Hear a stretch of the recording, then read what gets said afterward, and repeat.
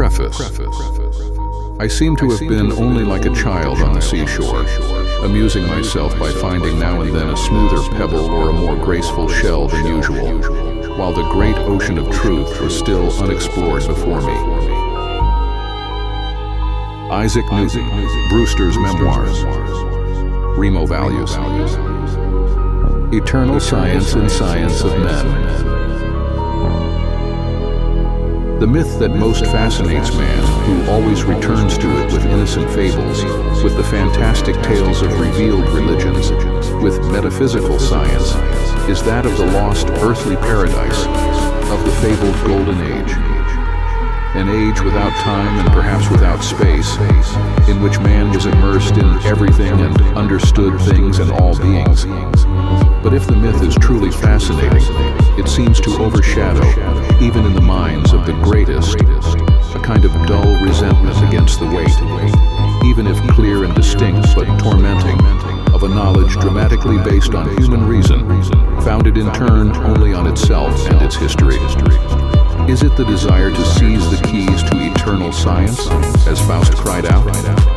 To seize once and for all the absolute science, to grasp the universe in its immutability, and thus, in a sense, while having the way to manufacture more machines and reach other planets and perhaps other solar systems, put our reason to rest instead. This mystical metaphysical ambush of our intellect, absit injuria verbis, strangely reminds us at the same time of Plato's hyper-urania, of the millenary target almost never hit by humorists, and of the ambush of the cheeks, of the young woman who assures us the continuation of the species. What I mean is that even if it is very dangerous as a theoretical approach, it has an enormous practical value that no one can deny, much less ignore. What does it matter, in fact, if tomorrow these formulas that today frame the world and close it in the grip of their closed circle will then be seen as illusory, or at least limited? Now they are the whole truth.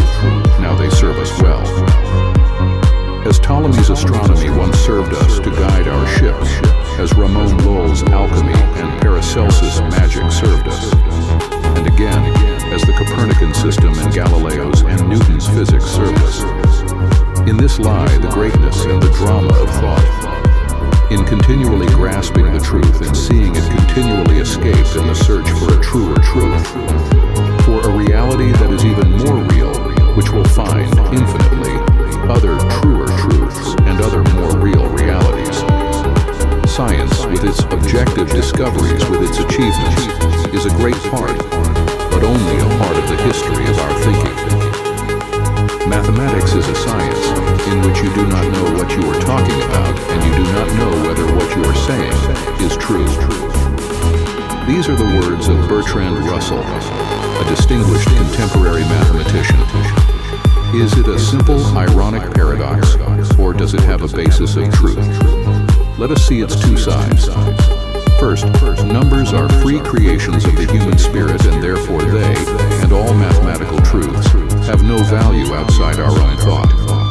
Mathematics is neither true nor false, because this truth or falsehood of its concepts depends only on our deliberation to accept, or not to accept, the hypothesis from which they are deductively derived.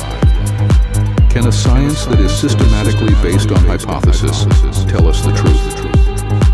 The mathematical world is therefore governed by our will, and if mathematical concepts are universal, they are not, however, concrete, because they ignore the reality of things and are empty of any representative content.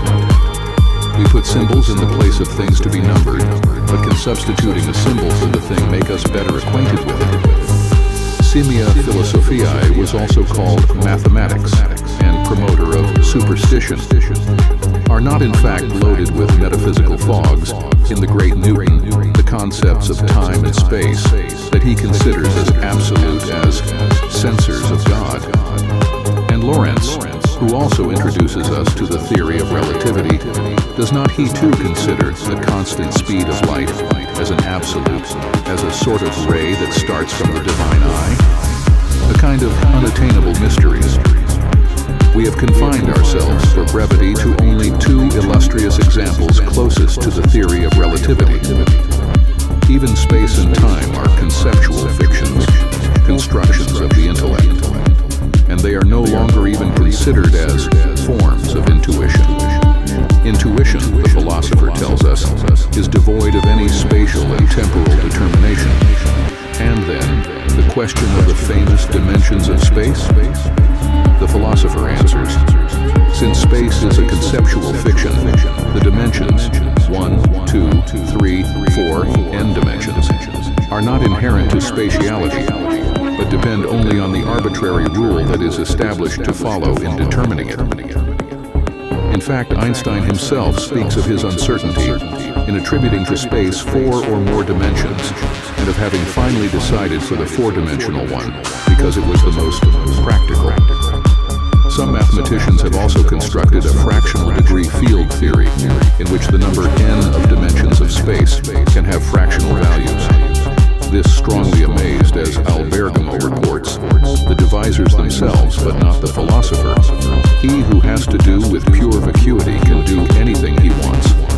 Therefore, the project of a mathematical science of nature is absolutely inexecutable, and therefore such a science is to be considered for its impracticality, not as an ideal of the sciences of nature as their end and their soul, but as an illusion and a mirage, which can never be implemented even partially, because the empirical concept cannot be converted into mathematics, if not by canceling precisely its empirical character, its qualitative concreteness. The marvelous harmony of the universe, the very possibility of understanding it rationally, are nothing but harmony of our spirit, which irresistibly tends to coordinate chaos. Child, or primitive man, when he first acquires self-awareness, regulates the chaotic world of things inside and outside, according to the laws of the spirit, the rules of his organs. Everything, evidently, even the most scientific experience. Man ineluctably projects all his spirit into the universe as far as he can investigate and penetrate it, so that, in a certain sense, it can be said that great scientific research, like art, is the autobiography of the human species, that is, the history and deepening of ourselves, which differs from art only in that the latter is the autobiography of humanity in its individual yet universal persons, while science is the autobiography of the species. The all is neither space nor time, but history, are the words of a relativistic physicist, Whale. Second phase, but the philosopher must recognize. Somehow one begins to count by adding, subtracting, not only in the arms of the wet nurse, but in the very instant one has begun to live. One cannot not calculate so much that one always calculates, and by all. Not only that, but mathematizing is not proper to men, but to all beings who have a minimum of spiritual glimmer. Thus do birds, dogs, and insects arithmeticize when they seek, for example, a house, or the spider when it constructs its web in perfect geometrical figures. And the same plants. Who has not observed, for example, the acrobatics of climbing plants to grasp a valid support? Or, in a simpler and more general way, the conscious contortions of any plant in search of light, of humidity. And finally, why not? Microscopic unicellular organisms that seize their prey and live and move according to their own plan. The scientist, relying on the persistence and universality of mathematics, affirms that it is objective not only of our spirit, but of matter, and that therefore nature is truly written in triangles, circles, spheres, cones, pyramids, and other mathematical figures, Galilee, and that indeed this is its true and only language, the language even of the proton-neutrons.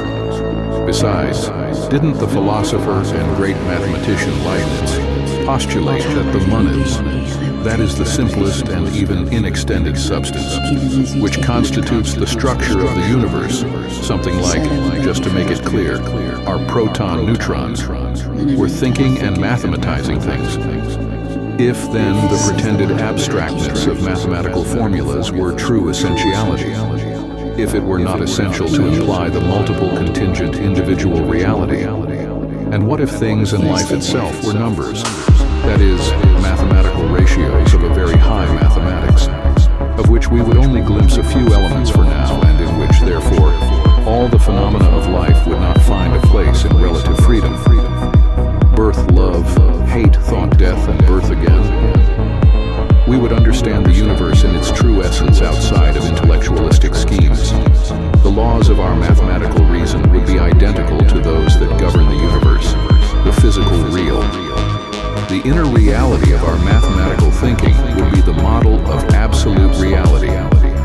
We would resolve the universe within ourselves without numinal residue, and we would govern it from within. We are entitled, Einstein says, to be convinced that nature is the realization of what can be imagined to be mathematically simplest.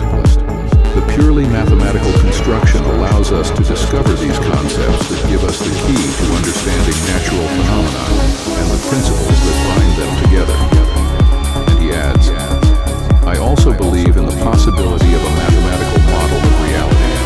That is, a theory that presents the things themselves, and not only the probability of their appearance. And again, the general laws that serve as a basis for the constructions of theoretical physicists' thought have the pretension of being valid for all natural events. Basing ourselves on them and making use of rigorously logical deductions, we should arrive at a rigorously exact image. That is, a theory of natural phenomena, including those of life. It is clear that Einstein's theory of relativity is first and foremost a scientific theory, and that one does this doctrine a disservice by trying to convert its data too immediately into philosophical and metaphysical results. But it is also clear that the theory of relativity reproposes, albeit indirectly, but with vivid topicality, capital problems of knowledge-inducing philosophers, and what is much more significant as the character of an epoch, scientists as well, to new and deeper philosophical approaches to those problems. Isn't the long road that leads to the formulation of the theory of relativity all made up of experiences, reflections, and philosophical achievements?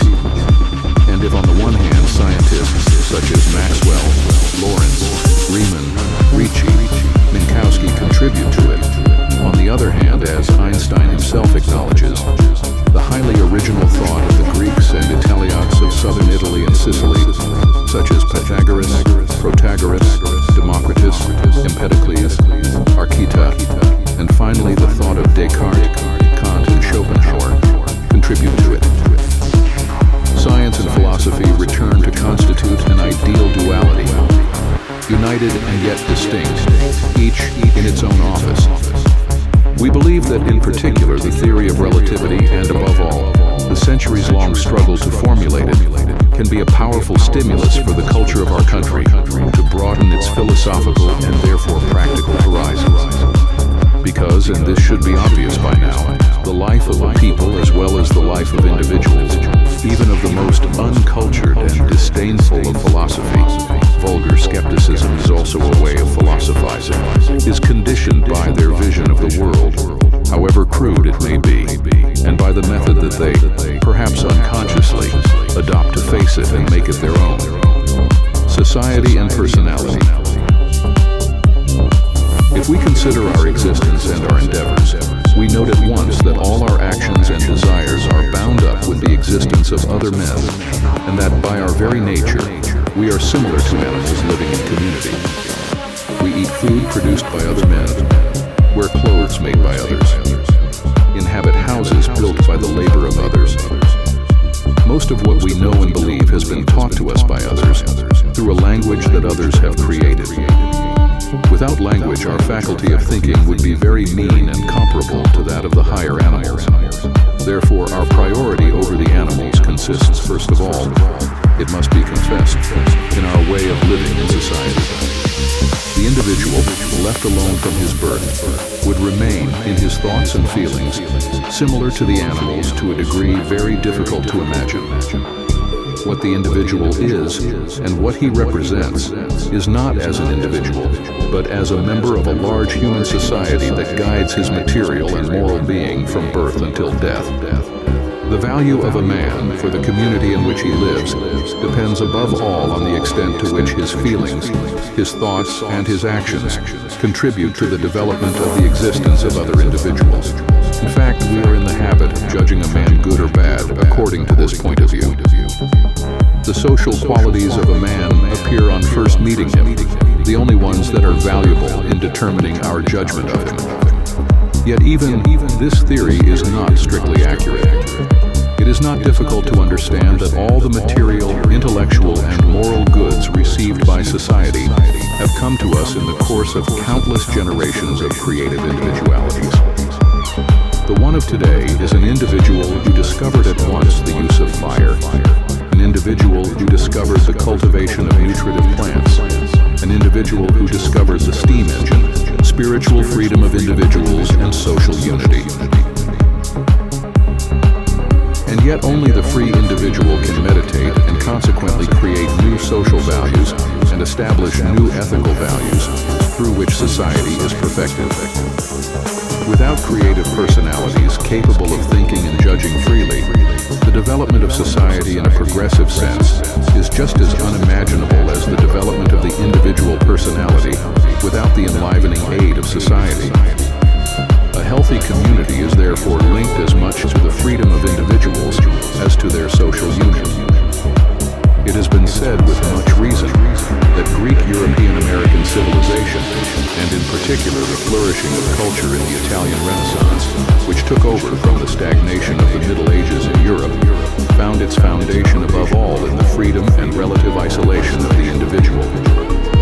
Let us now consider our age. What is the state of society and personalities today? In comparison with the past, the population of civilized countries is extremely dense. Europe contains about 3 times as much population as it did 100 years ago. But the number of men endowed with a genial temperament has diminished without proportion. Only a small number of men, because of their creative faculties, are known to the masses as personalities. To a certain extent, organization has replaced the qualities of genius in the field of technique, but also, and to a very considerable extent, in the field of science. The shortage of personalities is especially felt in the artistic field. Painting and music are nowadays clearly degenerated and evoke much less intense echoes among the people. Politics is not only lacking in leaders.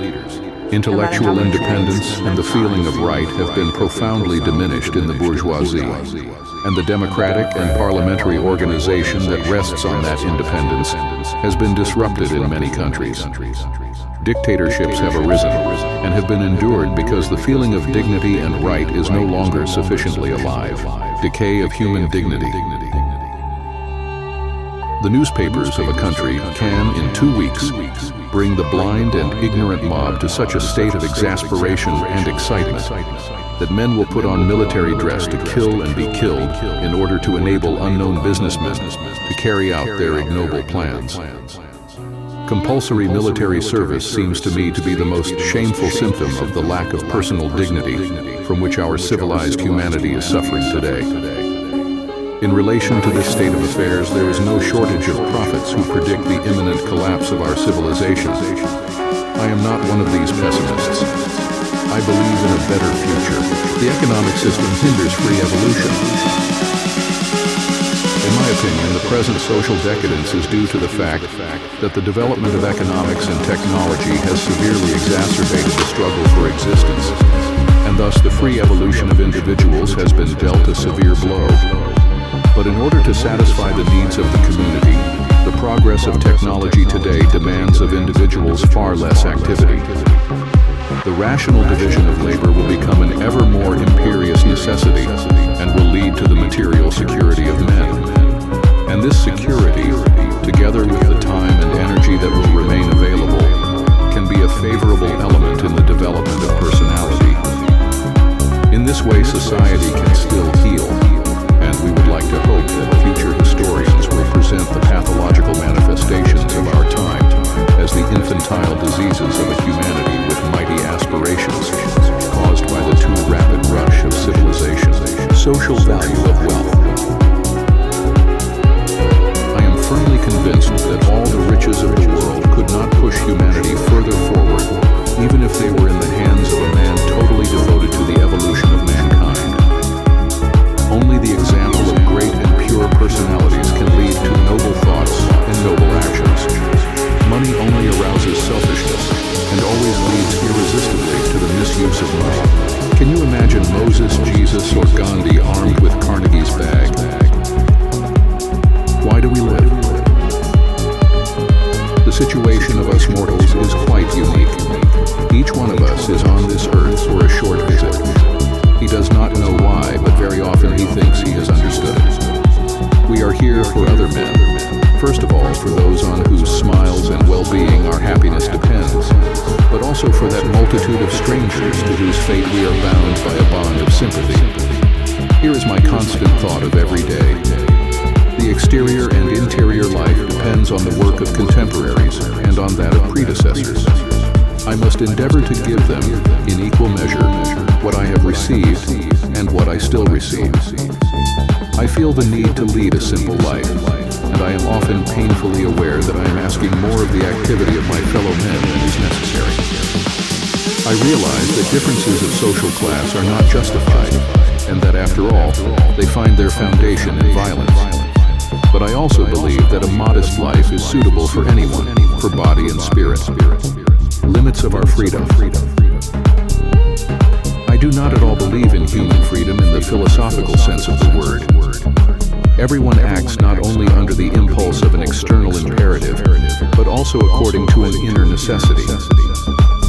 Schopenhauer's aphorism, "It is certain that a man can do what he wants, but he cannot want what he wants," has strongly impressed me since my youth. In the whirlwind of events and trials imposed by the harshness of life, those words have always been for me a comfort and an inexhaustible source of tolerance. Being aware of this contributes to softening the sense of responsibility that easily mortifies us and prevents us from taking ourselves and others too seriously. One is thus led to a conception of life that gives a singular place to humor, well-being, and happiness. From an objective point of view, worrying about the meaning or purpose of our existence and that of other creatures has always seemed to me absolutely empty of meaning. Nevertheless, every man is bound to certain ideals that serve as a guide in action and thought. In this sense, well-being and happiness have never appeared to me as the absolute goal. I call this basis of morality the ideal of pigs. The ideals that have illuminated my path and constantly given me gallant courage have been goodness, beauty, and truth. Without the consciousness of being in harmony with those who share my convictions, without the anxious search for the right, eternally elusive, the domain of art and scientific research, life would have seemed absolutely empty. Since my youth, I have always considered despicable the vulgar goals to which humanity directs its efforts, the possession of goods, apparent success and luxury. A horse that pulls itself. In singular contrast to my ardent sense of justice and social duty, I have never felt the need to get close to men and society in general. I am like a horse that wants to pull alone. I have never given myself fully to the state, or to the land of my birth, or to my friends, or even to my closest relatives. On the contrary, I have always had the distinct feeling of being a stranger in the face of these ties, and I have always felt the need for solitude. And this feeling has only increased with the years. I feel strongly, but without regret, that I touch the limit of understanding and harmony with my neighbor. Of course, a man of this character thus loses a portion of his candor and serenity, but he gains from it a wide independence of the opinions, habits, and judgments of his fellow men. Nor will he be tempted to establish his balance on so shaky a basis. Everyone must be respected. My political ideal is the democratic ideal. Everyone's personality must be respected, and no one must be idolized. For me, the precious element in the machinery of humanity is not the state, but the creative and sensitive individual. In short, the personality. It is this alone that creates the noble and the sublime, while the masses are foolish in their thinking and limited in their feelings. War. This subject leads me to speak of the worst of all creations, that of the armed masses, of the military regime, which I hate with all my heart.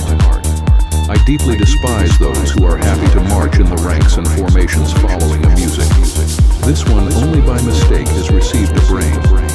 A spinal cord would be more than sufficient for him. It is necessary to suppress this shame of civilization as quickly as possible. The commanded heroism, the stupid hand-to-hand combat, the nefarious nationalist spirit. How I hate it all, and how ignoble and despicable war seems to me. I would rather be willing to be cut to pieces than to take part in such a miserable action. And yet, in spite of everything, I esteem humanity so much that I am convinced that this evil ghost would have long since disappeared if the common sense of the people had not been systematically corrupted through the school and the press by the speculators of the political and business worlds, religion and science. But it was our story. Meaning of life. Even if you've moved on. What is the meaning of our existence? What is the meaning of the existence of all living beings in general? To know how to answer such a question is to have religious feelings.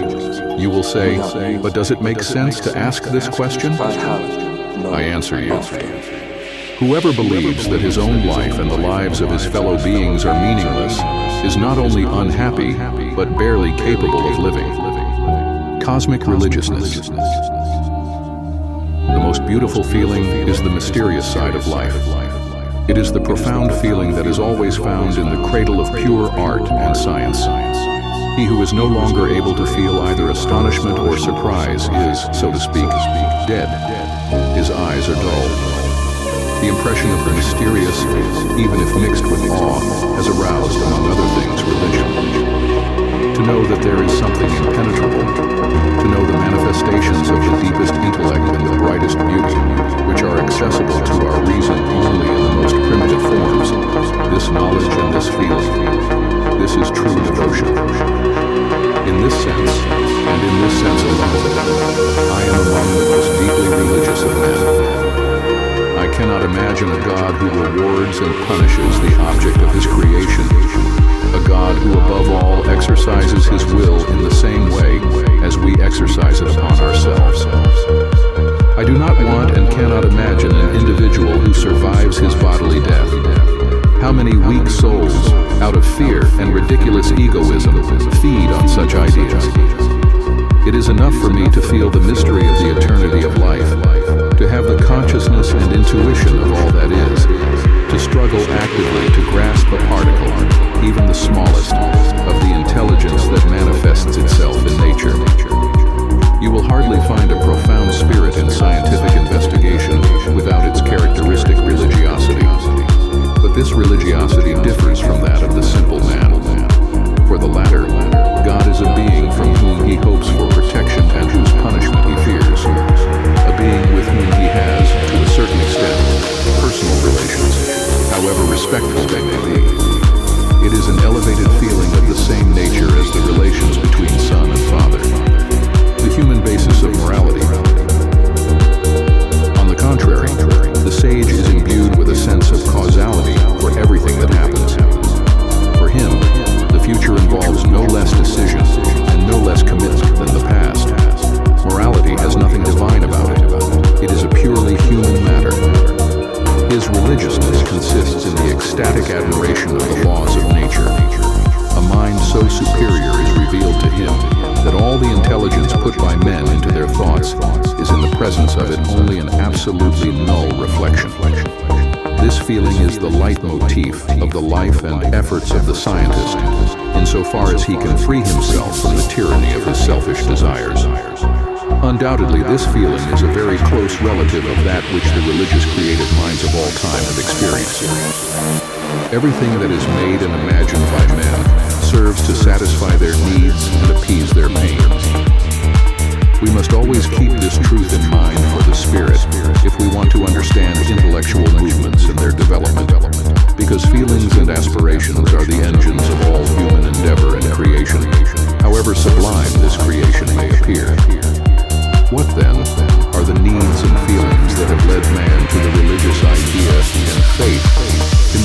extended meaning of these words? If we reflect on this question, we see at once that at the origin of religious thought and life are found the most diverse feelings. In primitive man, it is in the first place fear that arouses the religious idea. Fear of hunger, of wild beasts, of disease, of death. Since in this lower stage the ideas of causal relations are, as a rule, very limited, the human spirit imagines beings more or less analogous to us, upon whose will and action adverse and fearful events depend. And it believes that it can dispose favorably of these beings by actions and offerings, which, according to the faith handed down from time to time, must appease them and make them benign. And in this sense, I call this religion the religion of terror, which, if not created, has been at least strengthened and stabilized by the formation of a particular priestly caste, which is said to be the intermediary between these feared beings and the people, and bases its dominant position on this privilege. Often the king or the head of state, who derives his authority from other factors, or even from a privileged class, unites priestly functions to his sovereignty in order to give greater firmness to the existing regime. Or a commonality of interests is determined between the caste that holds political power and the priestly caste. There is another origin of religious organization: social feelings. The father and mother leaders of the great human communities are mortal and fallible. The ardent aspiration for love, support, guidance generates the divine social and moral idea. It is the God Providence who protects, makes act, rewards, and punishes. It is that God who, according to the horizon of man, loves and encourages the life of the tribe, humanity, and life itself. That God who comforts in misfortunes and disappointed hopes, protector of the souls of the departed. Such is the idea of God considered under the moral and social aspect. In the sacred scriptures of the Jewish people, one can follow very well the evolution of religion terror into moral religion, which then continues in the New Testament.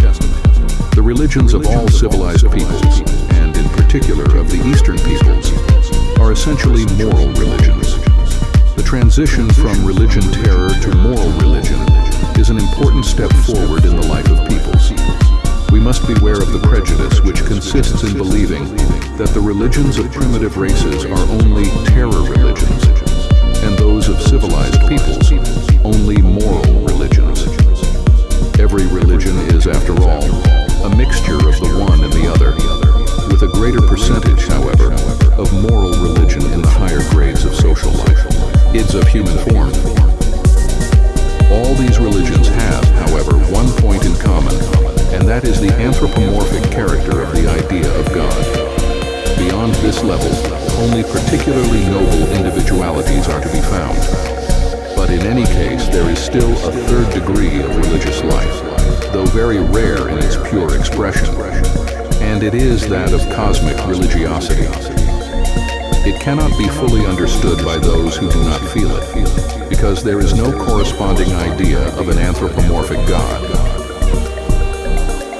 The individual is aware of the vanity of human aspirations and goals, and, on the other hand, recognizes the sublime imprint and admirable order that are manifested as much in nature as in the world of thought. Individual existence gives him the impression of a prison, and he wants to live in the full knowledge of all that is, in its universal unity and in its profound meaning. Already in the first degrees of the evolution of religion, for example, in several Psalms of David and in some prophets, we find the first indications of cosmic religion. But the elements of this religion are strongest in Buddhism, as we have learned particularly from the admirable writings of Schopenhauer. Cosmic religiosity knows no dogma. The religious geniuses of all times are affected by this cosmic religiosity, which knows neither dogmas nor gods conceived according to the image of man. Therefore, there is no church which bases its fundamental teaching upon cosmic religion. Consequently, it is precisely among the heretics of all times that we find men who have been penetrated by this higher religiosity and who were considered by their contemporaries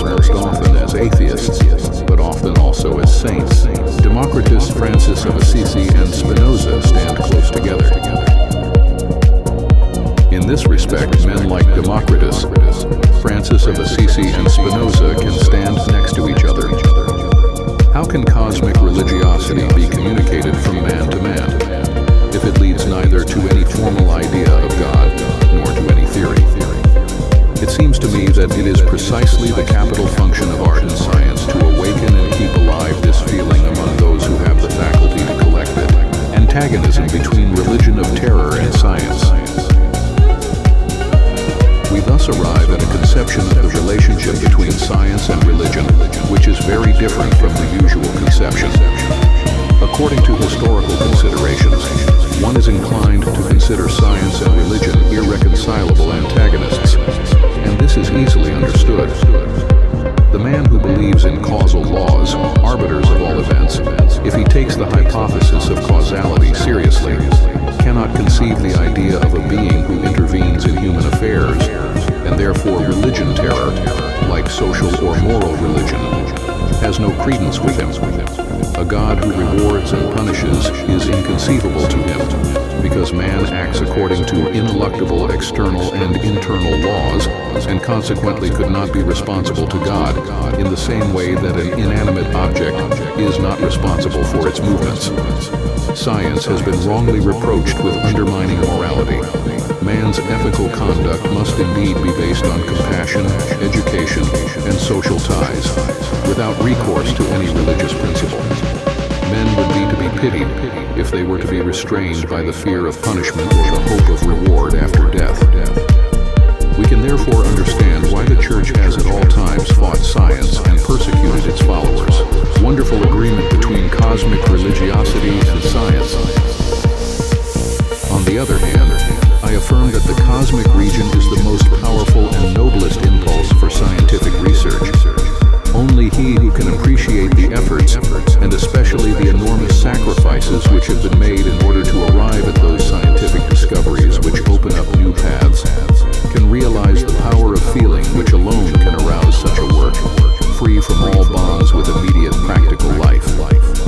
What profound joy in the sight of the building of the world, and what ardent desire to know, even if limited to a few faint rays of the splendor revealed by the admirable order of the universe, must have possessed Kepler and Newton to have been able, in a solitary work of long years, to unravel the celestial mechanism. He who knows scientific research only through its practical effects cannot possibly form an adequate opinion of the state of mind of these men who, surrounded by skeptical contemporaries, opened the way for those who, understanding their ideas, spread from century to century through all the countries of the world. Only he who has devoted his life to similar goals can form a vivid picture of what has animated these men and what has given them the strength to remain faithful to their goal, despite countless failures. It is cosmic religiosity that gives such strength. It is not without reason that a contemporary author has said that in our age, which is generally devoted to materialism, scientists are the only people who are profoundly religious. Elevate the men. It is right in principle to give solemn testimony of affection to those who have contributed most to the ennoblement of humanity and human existence. But if one also wishes to investigate the nature of them, then one encounters considerable difficulties.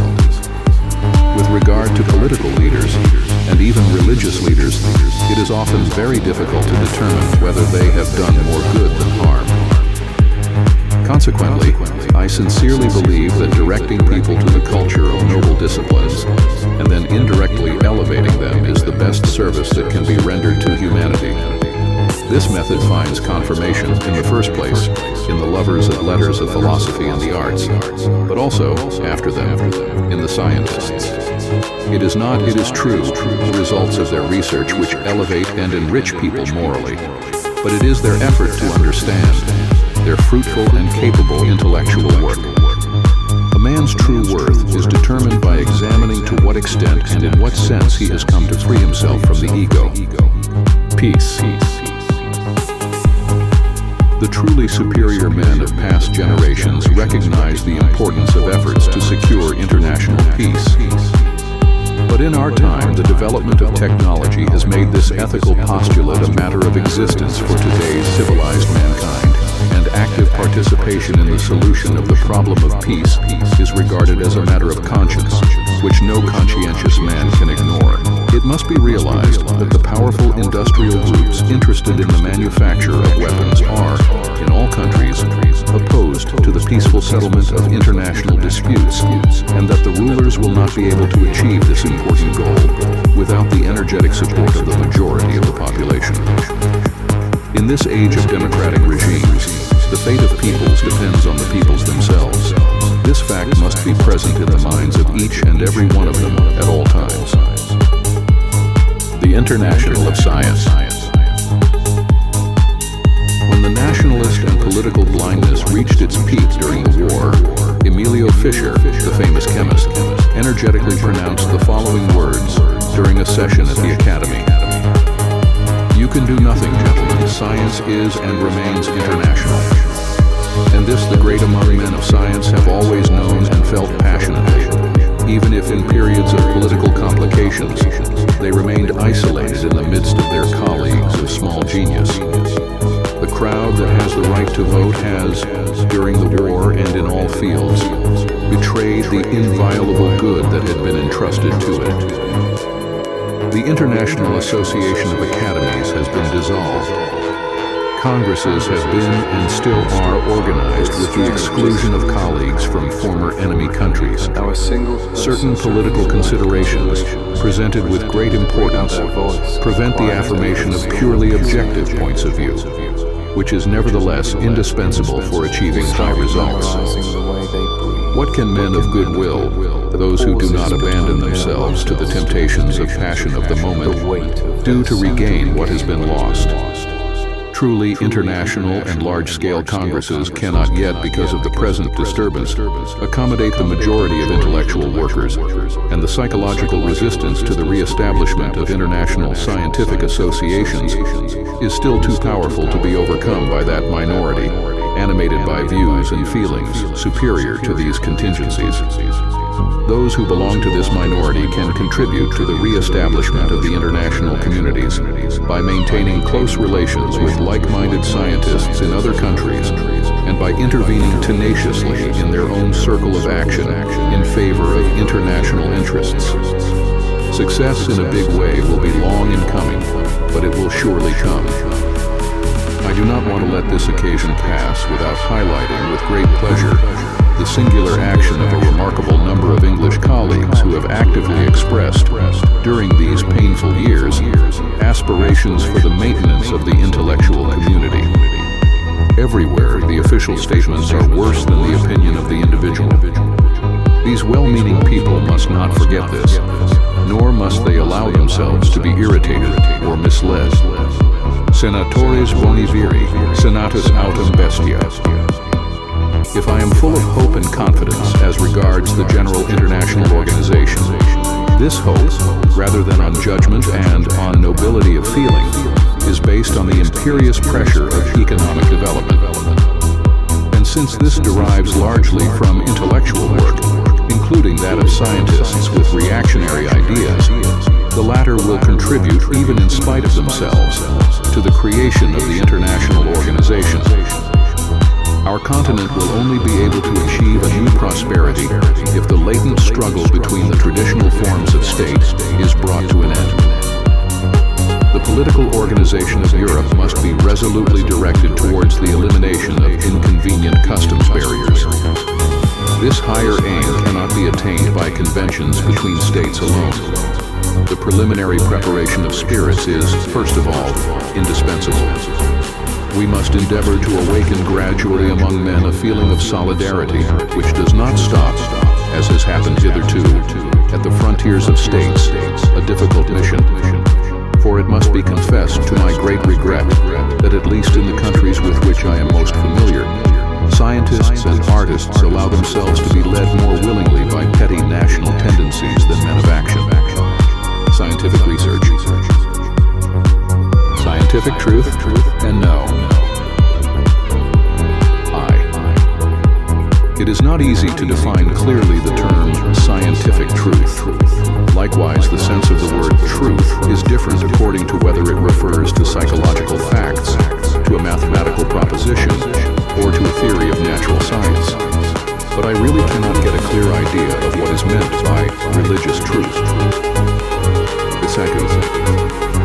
scientific research can diminish superstition by encouraging reasoning and causal exploration.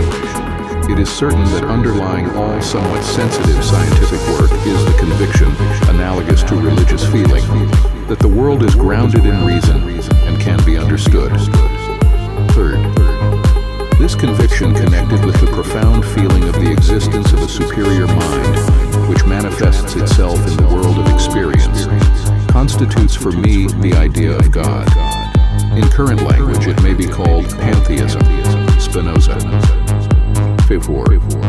I can only consider denominational traditions from a historical and psychological point of view. I have no other relation to them. Research fundamentals. What a variety of styles in the temple of science, and how different are the men who frequent it, and how different the moral forces that have led them there.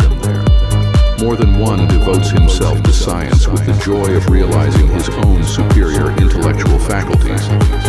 For him, science is the favorite sport that allows him to live an intense life and to satisfy his ambitions.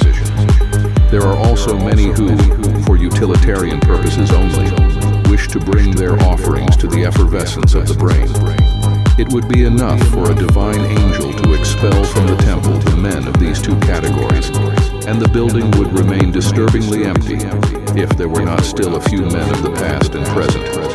Of this number our Planck belongs, and this is the reason why we love him. I am well aware that in this way we would have lightheartedly expelled from the temple some men who built a large part of it, perhaps the largest. For many, the decision taken would probably have appeared bitter to the angel of heaven himself.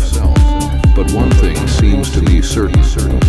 If there had been but men of that kind, the temple could not have risen, any more than a few climbing plants could, by themselves, give birth to a forest. In truth, for these men, any place in human activity is sufficient. External circumstances will decide whether they are engineers, officers, merchants, or scientists. But let us now turn our eyes to those who have found favor with the angel. Here we see individuals who are, for the most part, singular, closed, isolated, and who, in spite of these common features, resemble each other far less than those who are excluded. What impulse led them to the temple? The answer is not easy, and certainly cannot apply equally to all. I believe with Schopenhauer that the most powerful impulse that drives them towards art and science is the desire to escape from everyday life, with its painful harshness and its hopeless emptiness, to escape the chains of eternally changing individual desires. It drives the most sensitive beings out of their individual selves towards the world of contemplation and objective judgment. This impulse is comparable to the ardent desire which irresistibly draws citizens out of their burning and confusing surroundings to the placid regions of the high mountains, where the eye loses itself gently far away through the calm and purity of the atmosphere and caresses restful contours which seem created for eternity. But to this motive, so to speak negative, is added another positive one. Man seeks, in a manner suited to his needs, to form an image of the world, clear and simple, and thus to triumph over the world of existence by striving to replace it, to a certain extent, with this image so that they act, each in his own way. The painter, the poet, the speculative philosopher, the naturalist. He makes this image and its confirmation the center of gravity of his sentimental life, in order to seek in it the calm and solidity that elude him in the too narrow circle of his personal and worldly existence. Among all these possible images of the world, which is the position occupied by the one created by the theoretical physicist? This image implies the strictest demands as to the rigor and exactness of representation of reciprocal relations, such as can only be had by using mathematical language. But, on the other hand, the physicist must resign himself to this all the more categorically, as he must be content to represent the simplest phenomena, those that can be made perceptible by our senses, while all the more complex phenomena cannot be reconstructed by the human spirit with that precision and that spirit of subtle coherence invoked by the theoretical physicist. The extreme sharpness, clearness, certainty can only be obtained at the expense of entirety. But what attraction, then, can there be in grasping exactly so small a part of nature, leaving aside, timidly and without courage, all that is more complicated and more delicate? Does the result of such a resigned effort deserve this name full of pride, the image of the world?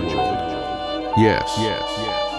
I believe that this name is deserved because the general laws, which serve as a basis for the constructions of the thought of the theoretical physicist, have the pretension of being valid for all events of rigorously logical deductions. One should arrive at a rigorously exact image, that is to say, a theory of the natural phenomena, including those of life, if this process of deduction did not far exceed the capacity of the human brain. One does not therefore give up entirely and in principle the entire physical image of the world. The highest mission of the physicist is therefore the search for these elementary laws, the most general ones, from which he starts to reach, through simple deductions, the image of the world. No logical path leads to these elementary laws. Intuition alone, founded on experience, can lead us to them. This uncertainty in the method to be followed might lead one to believe that it would be possible to establish at will a large number of systems of theoretical physics of equivalent value. Even as a principle, this opinion is certainly well-founded. But the development of the question has shown that, of all imaginable constructions, only one, for the time being, has manifested itself as absolutely superior to all the others. None of those who have really investigated the problem would be able to deny that the world of observations practically determines, without ambiguity, the theoretical system, and that nevertheless, every way of logic brings data of observation to the principles of the theory. It is what Leibniz has so happily called the pre-established harmony. It is precisely for failing to take sufficient account of this circumstance that physicists have made a harsh rebuke of many theorists of knowledge. And it is also in this that I seem to locate the origins of the controversy of a few years ago between Mach and Planck. The ardent desire for a vision of this pre-established harmony is the source of the perseverance and inexhaustible patience with which we see Planck devoting himself to the more general problems of our science without allowing himself to be diverted from more easily attainable and more utilitarian goals. I have often heard it said that some colleagues attributed this way of acting to an extraordinary energy and discipline. I think they are completely wrong. The sentimental state that makes one fit for such actions resembles that of religious people or lovers. The daily effort does not come from calculation or from a program, but from an immediate need. I see at this point our dear Planck laughing to himself at my childish use of Diogenes' lantern. Our sympathy for him need not rest on flimsy arguments. May the love for science embellish his life also in the future and lead him to the solution of that most important problem of physics, which he himself has posed and powerfully developed. May he succeed in uniting the quantum theory with electrodynamics and mechanics in a system logically constituting a whole. Planck's quanta. Planck showed that in order to establish a law of thermal radiation in agreement with experience, it is necessary to use a method of calculation whose incompatibility with the principles of classical mechanics becomes more and more evident. Thanks to this method, Planck introduced in physics the quantum hypothesis, which was later the object of brilliant verifications. With this quantum hypothesis, he overturned classical mechanics in the case in which sufficiently small masses move with velocities that reach very small values and sufficiently large accelerations, so that today we cannot consider valid anymore the laws of the motion of Galileo and Newton, if not as limit laws. However, in spite of the most tenacious efforts of the theorists, it has not been possible up to now to come to replace the principles of the mechanics with others that correspond to the law of the thermal radiation of Planck, or to the hypothesis of the quanta.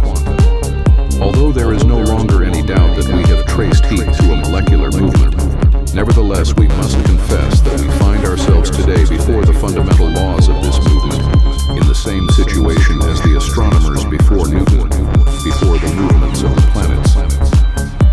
I have alluded to a set of facts in the theoretical study of which the principles fail.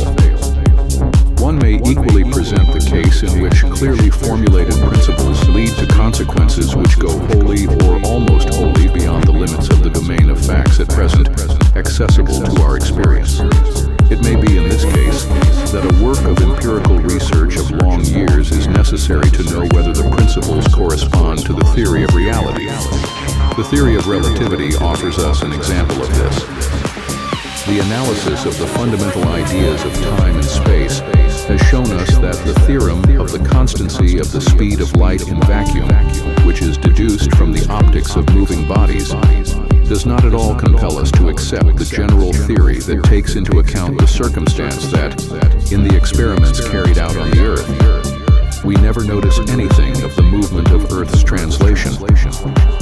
We make use, in this case, of the principle of relativity that says, the natural laws do not change their form when we pass from the initial system of coordinates, recognized as correct, to a new system conceived as animated by a uniform translation movement in relation to itself.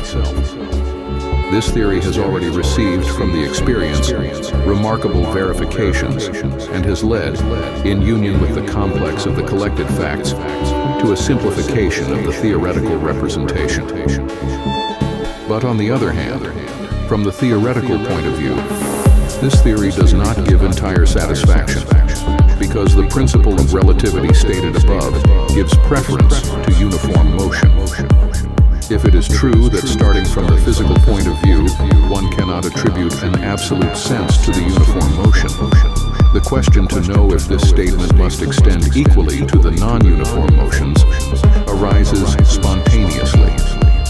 It has been proved that if one takes as a basis the principle of relativity extended in this sense, one obtains a very characterized extension of the theory of relativity, and is led thus to a general theory of gravitation, including dynamics. We have established that inductive physics poses questions to deductive physics and vice versa, and that the answer to these questions demands the tension of all efforts. The question of method. If you wish to learn anything from theoretical physicists about the methods they employ, I advise you to observe this principle. Do not listen to their speeches, but stick to their actions. For to him who creates, the products of his own imagination seem so necessary and natural that he does not consider, and would not wish them to be considered, as inventions of thought, but as concrete realities. These words seem to be made on purpose to induce you to abandon this subject. For you will say, here is a scientist who is himself an experimental physicist. He should therefore leave all reflections on the structure of theoretical science to the theorists of knowledge. Objectively speaking, in order to justify my effort, I say that it may be interesting to know what a man who has devoted his whole life to clarifying and perfecting its principles thinks of his science. The way in which he views the past and the present of the field to which he devotes himself may depend very much on what he expects from the future and what he hopes to obtain from the present. It happens to him, as it happens to the historian, who unites actual becoming, though perhaps unconsciously, with the ideals he has formed about human society. We want here to give a quick glance at the evolution of the theoretical system and, in this connection, to bring our first attention more especially to the relation between the theoretical background and the set of experimental facts. This is the eternal opposition between two inseparable elements of our knowledge, empiricism and reasoning. No matter how many nights. We honor ancient Greece as the cradle of Western science. There, for the first time, was created a logical system, a marvel of thought, whose statements are so clearly deduced from each other that each of the propositions demonstrated does not raise the slightest doubt. This is the geometry of Euclid. This admirable work of reason has given the human brain the greatest confidence in its further endeavors. He who in his early youth did not feel enthusiasm before this work was not born to be a theoretical scientist, but for logical thought to be ripe for a science that embraces reality. A second fundamental knowledge was needed, which until Kepler and Galileo was not the common good of philosophers. Logical thought alone cannot provide us with knowledge about the world of experience and ends in it. Purely logical propositions are empty before reality. It is thanks to this knowledge, and above all to having hammered it into the world of science, that Galileo became the father of modern physics, and above all of modern natural science. But then, if experience is the alpha and omega of all our knowledge about reality, what is the place of reason in science? A complete system of theoretical physics is composed of ideas, of fundamental laws which must be applicable to these ideas, and of consequent propositions which are derived from them by logical deduction. It is these propositions which must correspond to our individual experiences. Their logical deduction necessarily occupies, in a work of theory, nearly all the pages, and after all exactly the same as the geometry of Euclid, except that in this the fundamental principles are called axioms, and the question is not raised that the consequent propositions must correspond to any experience. But if one conceives Euclidean geometry as the doctrine of the possibilities of the reciprocal position of practically rigid bodies, and if, consequently, one interprets it as a physical science without making abstraction from its initial empirical background, the logical identity of geometry and theoretical physics is complete. We have therefore assigned to reason and experience their place in the system of a theoretical physics. Reason gives the structure of the system. The content of the experiences and their reciprocal relations must, thanks to the consequent propositions of the theory, find their representation. In the possibility of such a representation lies solely the value and justification of the whole system, and in particular of the concepts and principles which form its basis. On the other hand, these concepts and principles are free creations of the human spirit, which cannot be justified a priori either by the nature of the human spirit or in any other way. The fundamental ideas and principles, which cannot logically be made more elementary, constitute the inevitable, rationally elusive part of the theory. The capital aim of any theory is to make these irreducible fundamental elements as simple and as numerous as possible, without being obliged to give up the adequate representation of any experimental theme. The conception which I have sketched of the purely fictitious character of the principles of theory was not at all in vogue in the 18th and 19th centuries, but it gains ground day by day, so that the distance between the fundamental laws and concepts on the one hand, and the consequences to be related to our experiences on the other hand, increases more and more as the logical construction becomes more and more unified. That is to say, the whole edifice can be rested on a smaller number of conceptual elements, logically independent of each other. Newton, the first creator of an extensive and mighty system of theoretical physics, still believed in this respect that the fundamental ideas and laws of his system were derived from experience. It is probable that his hypotheses non fingo must be interpreted in this sense. In fact, at this time, nothing problematic appeared in the ideas of space and time. The concepts of mass, inertia, force, and their interdependent relations seem to be directly based on experience. Once this basis was admitted, the expression of the force of gravitation derived, in fact, from experience, and the same could be said for the other forces. We observe, however, that the idea of absolute space, which implies that of absolute rest, was for Newton a source of disquiet. He was, in fact, convinced that nothing in experience seemed to correspond to the latter concept. He was also concerned about the introduction of actions at a distance, but the prodigious practical success of his doctrine may have prevented him and the physicists of the 18th and 19th centuries from realizing the fictitious character of the principles of his system. On the contrary, most of the scientists of this age who studied nature were imbued with the idea that the concepts and the fundamental laws of physics are not, from the point of view of logic, creations of the human spirit, but that it was possible to deduce them from experience by abstraction, that is to say, by a logical way. To tell the truth, it is only the theory of generalized relativity that has allowed to recognize clearly the falsity of this conception. In fact, this theory has shown that it was possible, with foundations very distant from those of Newton, to agree in a more satisfactory and more complete way than the Newtonian principles allowed, with all the correlative facts in the field of the experience. But leaving aside the question of superiority, the fictitious character of the principles became entirely apparent, so that two essentially different principles could be presented which agree to a large extent with experience. This proves, however, that every attempt to deduce logically from elementary experience the fundamental ideas and laws of mechanics is doomed to failure.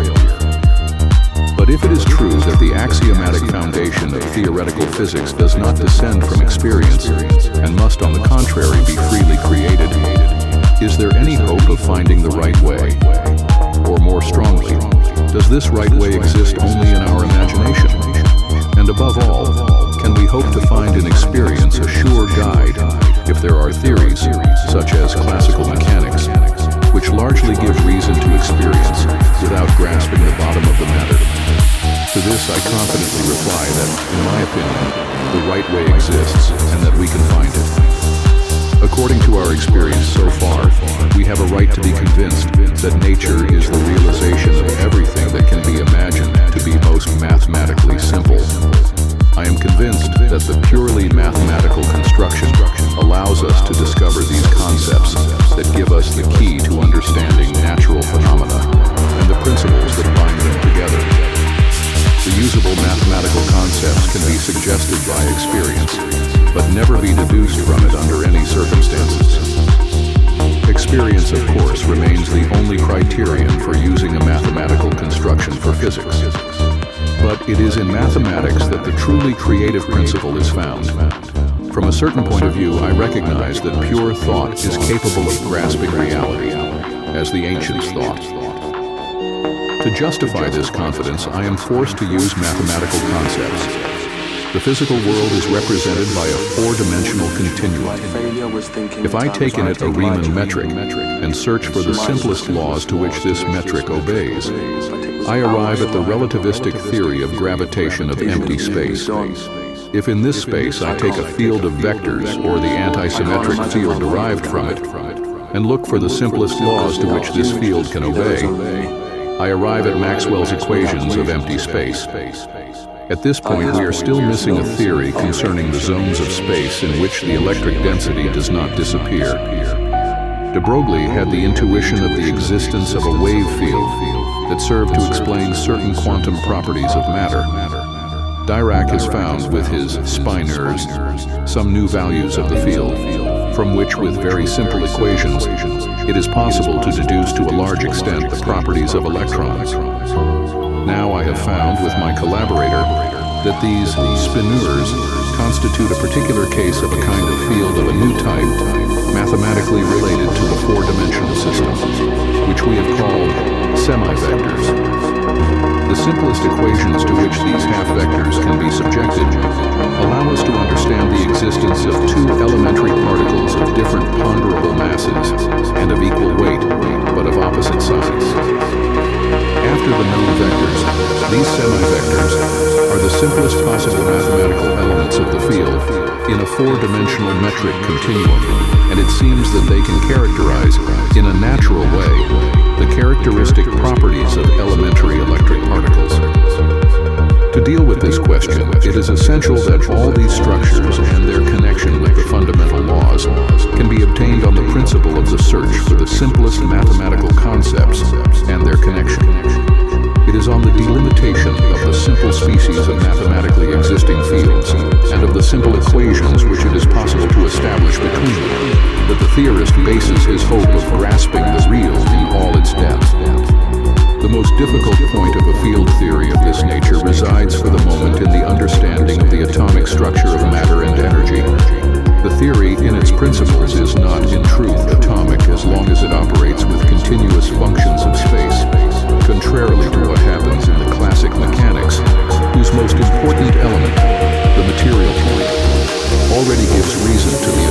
structure of the matter.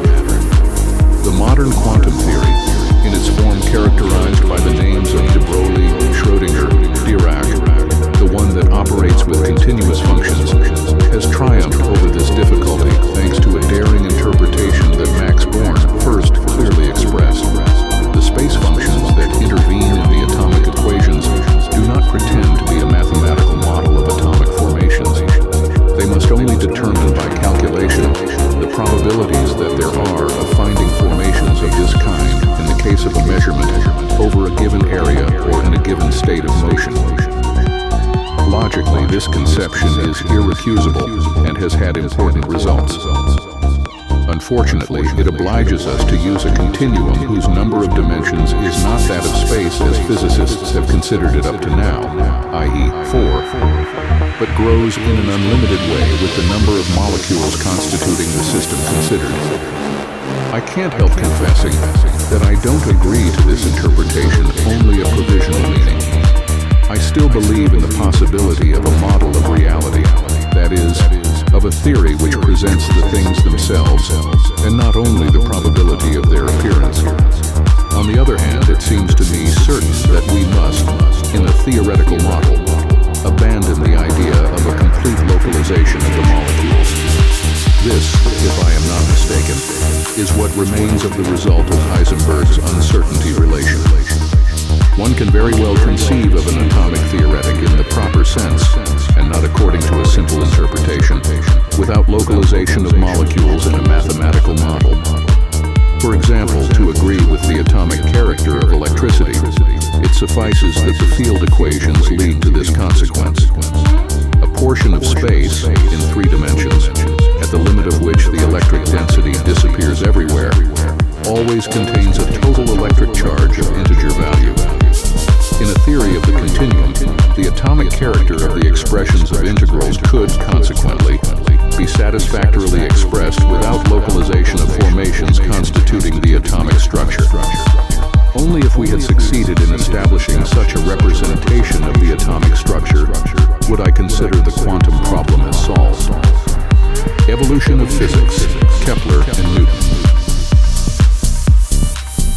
Copernicus had drawn the attention of the most select minds to the fact that one could have a clear notion of the apparent motion of the planets by considering these motions as revolutions around the supposedly immobile sun. If the motion of a planet was a uniform circular motion about the sun as its center, it would have been relatively easy to determine what those motions must look like as seen from the Earth. But as it manifested itself in much more complex phenomena, the work was much more difficult. It was necessary first to determine these movements empirically according to Tycho Brahe's observations of the planets. Only later could one think of finding the general laws to which these movements obey. To understand how difficult the task of determining the real movement of rotation was, we must understand the following. We can never see where a planet really is at any given moment. We can only see in what direction it is seen by the Earth, which itself describes a curve of an unknown nature around the Sun. The difficulties, therefore, seemed insurmountable. Kepler found a means of bringing order to this chaos. First, he recognized the need to determine the motion of the Earth. This would have been simply impossible if there were only the Sun, the Earth, and the stars, fixed without any other planet. In this case, nothing else could be determined but the variation in the course of the year of the straight line, Earth-Sun, apparent movement of the Sun in relation to the fixed stars. It was thus possible to know that all these directions were in a fixed plane in relation to the fixed stars, at least as far as the imprecise observations made at the time without a telescope allowed. It was also necessary to determine in the same way how the Earth-Sun line rotates around the Sun, and it was found that the angular velocity of this movement changes regularly in the course of the year. But this could not yet be of much help, since the annual variation of the Earth-Sun distance was not known. Only when the annual changes in this distance were known would it be possible to trace the correct trajectory of the Earth and determine its law. Kepler found an admirable way out of this dilemma. First of all, it appeared from solar observations that the velocity of the apparent path of the sun against the background of the fixed stars was different in the various epochs of the year, but that the angular velocity of this motion was always the same in the same epoch of the astronomical year, and consequently the velocity of rotation of the Earth-Sun line, examined in relation to the same region of the fixed stars, always had the same value. It was therefore possible to admit that the orbit of the Earth closed on itself, and that the Earth went through it every year in the same way, a fact not at all evident a priori. Copernicus's followers were therefore almost certain that this procedure could also be applied to the orbits of the other planets. This was already an improvement. But how to determine the true form of the Earth's orbit? Let us admit somewhere in the plane of this orbit the presence of a powerful lantern M. We know that this lantern is fixed, and that it therefore constitutes for the determination of the Earth's orbit a kind of fixed point of triangulation on which the inhabitants of the Earth can point at any time of the year. Let us further admit that this lantern is at a greater distance from the sun than from the Earth. This is how, with the help of this lantern, the orbit of the Earth can be determined. First of all, there is every year a moment in which the Earth T is exactly on the line joining the Sun, S, to the lantern M. If at this moment we point from the Earth to the lantern, the direction thus obtained is also the direction SM, Sun lantern. Let us admit that this direction is traced in the sky. Let us now take another position of the Earth at another time. Since the Sun and the lantern can be observed equally well from the Earth, the angle in T of the triangle STM is known. On the other hand, a direct observation of the Sun gives the direction ST, and previously the direction SM was determined once and for all against the background of the fixed stars. The angle in S is also known. Choosing at will a base SM, one can therefore draw on the map the triangle STM. One does this construction several times during the year, and one will obtain each time on the map a point for the Earth T in relation to the base SM, defined once for all, corresponding to a fixed date. The orbit of the Earth would thus be empirically determined, except of course for its absolute size. But you will say, where did Kepler get the M lantern? His genius, aided in this case by benign nature, made him find it. There was, for example, the planet Mars, of which the annual revolution was known. That is, the time it takes this planet to make one revolution around the Sun. It may happen that the Sun, the Earth, and Mars at a given time are exactly in a straight line, and this position of Mars repeats itself every time at the end of 1, 2, etc. Martian years, because Mars runs a closed trajectory. At this given time, SM always presents the same base, while the Earth is always at a different point of its orbit.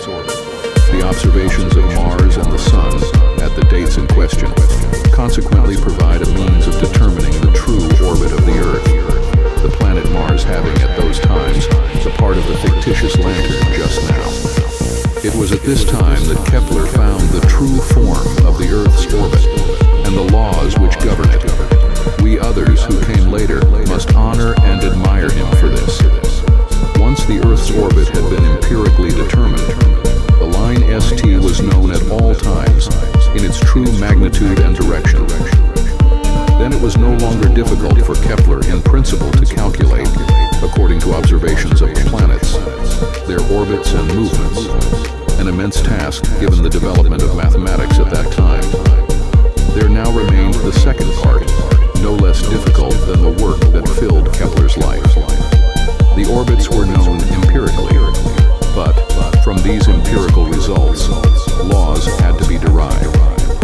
It was first necessary to establish a hypothesis as to the mathematical nature of the curve, and to verify it by enormous calculations, the data of which were already known. If the result did not agree, to make another hypothesis and verify it again. After researches whose immensity can be guessed, Kepler found a concordant result.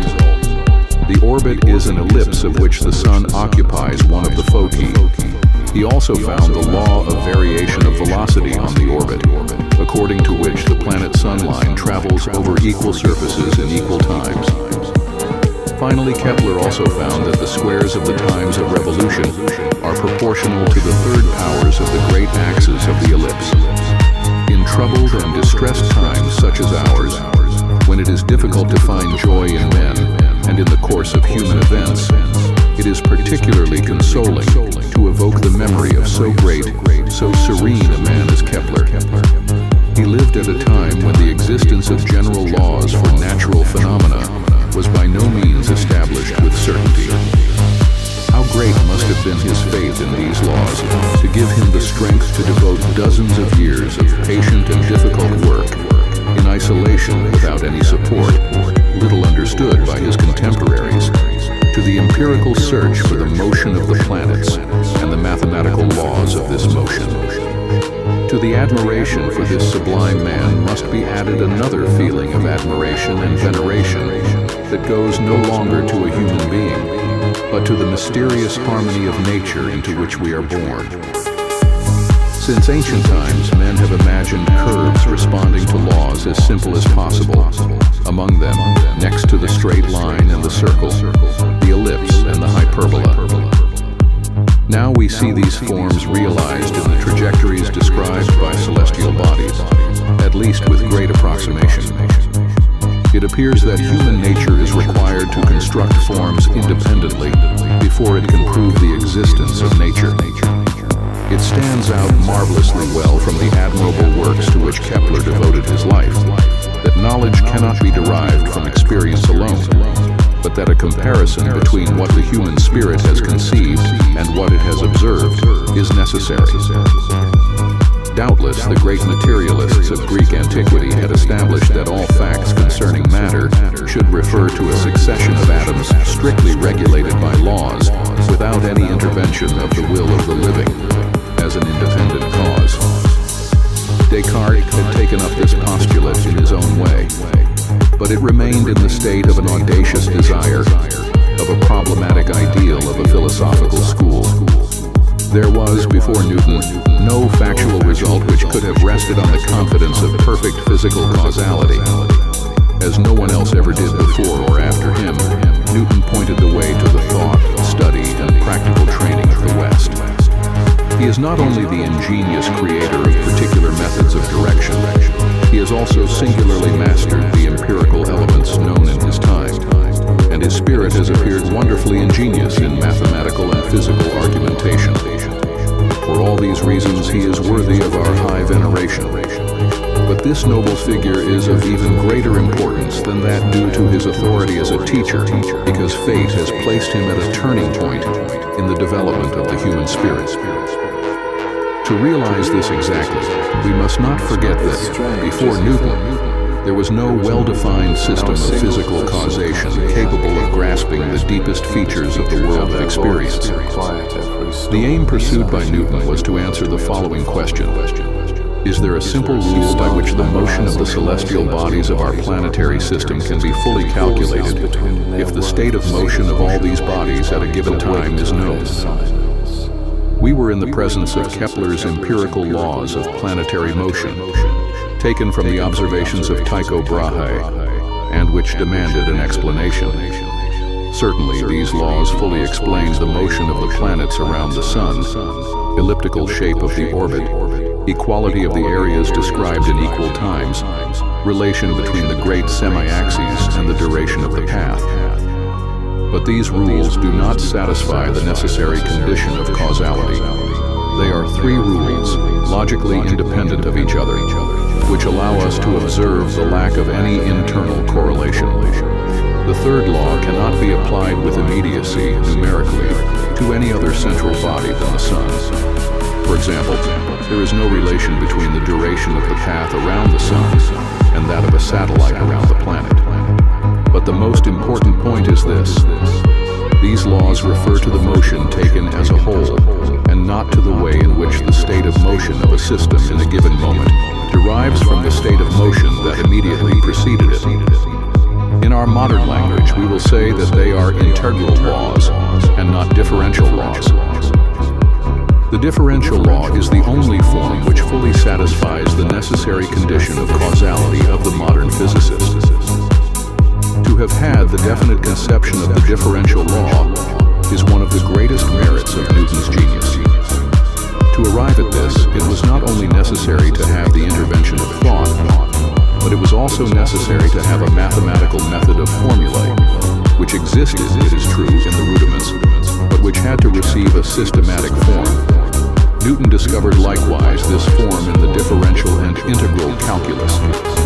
One can here leave out the question whether Leibniz arrived at these same mathematical procedures independently of Newton or not. But in any case, one can say that they were for Newton a necessity, because they alone could give to his thought a means of expression. Galileo had already made an important step on the way to the discovery of the law of motion. It was he who found the law of inertia and the law of free fall of bodies in the field of gravitation of the Earth. A mass, more exactly a material point, not influenced by other masses, moves in a straight line and with uniform motion. In the field of gravity, the vertical velocity of a free body increases proportionally to time. Today, it may seem that little progress has been made from Galileo's discoveries to Newton's law of motion. We must, however, point out that the two cited propositions concern, according to their form, the motion of a whole, while Newton's law of motion gives an answer to the following question. How does the state of motion of a material point manifest itself in an infinitely small time under the influence of an external force?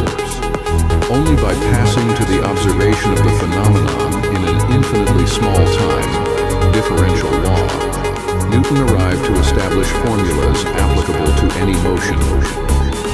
He drew the idea of force from statics, which was already well developed. He could only establish the link between force and acceleration by introducing the new concept of mass, which, it can be said, is curiously supported by a definition that is not such if only in appearance. Today, we are so accustomed to the formation of ideas corresponding to differential quotients that we can no longer evaluate what powerful capacity of abstraction has been necessary to reach through a double derivation, the general differential law of motion, when the concept of mass was still to be invented. But this was by no means sufficient to obtain a causal law of the phenomena of motion.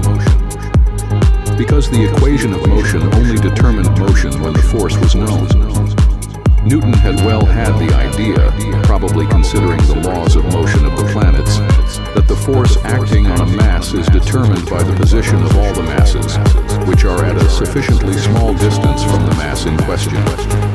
Only when this relation was known, a complete causal conception of the phenomena of motion was had. Everybody knows how Newton, starting from Kepler's laws of planetary motion, solved the problem with gravitation, and thus discovered the identity between the driving forces acting on the stars and gravity. It is only the association between the law of motion and the law of attraction that constitutes this admirable edifice of thought, which makes it possible to calculate, starting from the state of a system existing at a given instant, the anterior and posterior states, so long as the phenomena take place solely through the effect of the forces of gravitation. What makes the Newtonian system logical and harmonious is that all the causes of the acceleration of the masses of a system act only on these masses themselves. On this basis, Newton came to explain the motions of the planets, satellites, comets down to the minutest details, as well as the ebb and flow, the precessional motion of the Earth, a work of deduction of a unique magnitude. An admirable effect was also had by the observation that the cause of the motions of the celestial bodies is identical with gravity, this so familiar phenomenon of which we have daily experience. The importance of Newton's work lies not only in the fact of having created a usable and logically satisfactory basis for mechanics properly so called, but it represented until the end of the 19th century the program of all the scientists who dedicated themselves to the research of theoretical physics. All the phenomena of physical order had to be referred to the masses that obey to Newton's law of motion. The law of forces, however, had to be developed and adapted to the nature of the facts. In this sense, Newton himself conducted his researches in the field of optics when he supposed that light was composed of inert corpuscles. Even the theory of undulatory optics made use of Newton's law of motion, after this had been applied to continuously distributed masses. It is solely on Newton's equations of motion that the kinetic theory of heat has rested, which has not only prepared minds to know the law of conservation of energy, but has also furnished a theory of gases verified in its minutest details, as well as a thorough conception of the nature of the second principle of thermodynamics. The theory of electricity and magnetism has equally developed in modern times under the guidance of the fundamental Newtonian ideas, electric and magnetic substance, forces acting at a distance. And even the radical change brought by Faraday and Maxwell to electrodynamics and optics, which represents, after Newton, the first great advance in the foundations of theoretical physics, has still been carried out totally under the guidance of Newton's ideas. Maxwell, Boltzmann, Lord Kelvin did not tire of tracing electromagnetic fields and their reciprocal dynamic actions to mechanical phenomena of hypothetical uniformly distributed masses. Only after the end of the 19th century did theoretical physics emerge from the Newtonian framework, which for almost 2 centuries had served as an intellectual guide to science and had provided it with considerable support. Newton's fundamental principles were so satisfactory from the point of view of logic that experimental facts were needed to give the impetus for new impulses. Before dealing with this subject, I must point out that Newton himself knew the weak sides of his construction better than the scientists who followed him. This circumstance has always filled me with admiration and veneration, and it is for this reason that I would like to dwell a little on the matter. Although Newton's efforts to present his system as necessarily conditioned by experience and to introduce into it as few concepts as possible which could not refer to the direct data of experience are acknowledged, yet he formulated the principle of space and time. He has often been reproached for this these days. But on this very point, Newton is particularly consistent with himself. He had recognized that the observable geometrical quantities, distances of material points between them, and their run in time do not characterize completely the movements from the physical point of view. He demonstrated this deduction with the famous experience of the bucket. Consequently, apart from masses and their time-varying distances, there is still something that is decisive for events. He conceives this something in relation to absolute space. He also recognizes, if his laws of motion make any sense, that space must have a kind of physical reality, a reality of the same nature as material points and their distances. This precise knowledge equally proves Newton's wisdom and the existence of a weak side of his theory, for the logical setting of it would certainly be more satisfactory without this vague concept. In this case, only elements whose relation to perceptions is quite evident would be found in the law. The introduction of direct forces acting instantaneously at a distance to represent the effects of gravitation do not correspond to the character of the majority of the phenomena known to us through everyday experience. To this objection, Newton answers by pointing out that his law of reciprocal action is not intended to be a definite explanation, but a rule induced by experience. 3. Newton's theory gave no explanation of the extremely remarkable fact that weight and inertia of a body are determined by the same magnitude, mass. The singularity of this fact did not escape Newton at all. None of these 3 points constitutes a logical objection against the theory. They are, to a certain extent, unsatisfied desires of the scientific spirit, struggling to penetrate totally and with a unitary concept the facts of nature. Newton's theory of motion, taken as the foundation of all theoretical physics, received its first blow from Maxwell's theory of electricity. It was found that the reciprocal actions exerted between bodies by electric and magnetic bodies are not determined by forces acting instantaneously at a distance,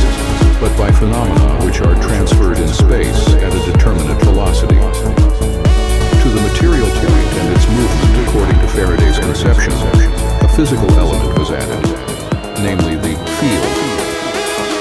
First, an attempt was made to formulate this new concept based on mechanical conceptions as a mechanical state of motion or repression of a hypothetical medium, the ether, that would fill space.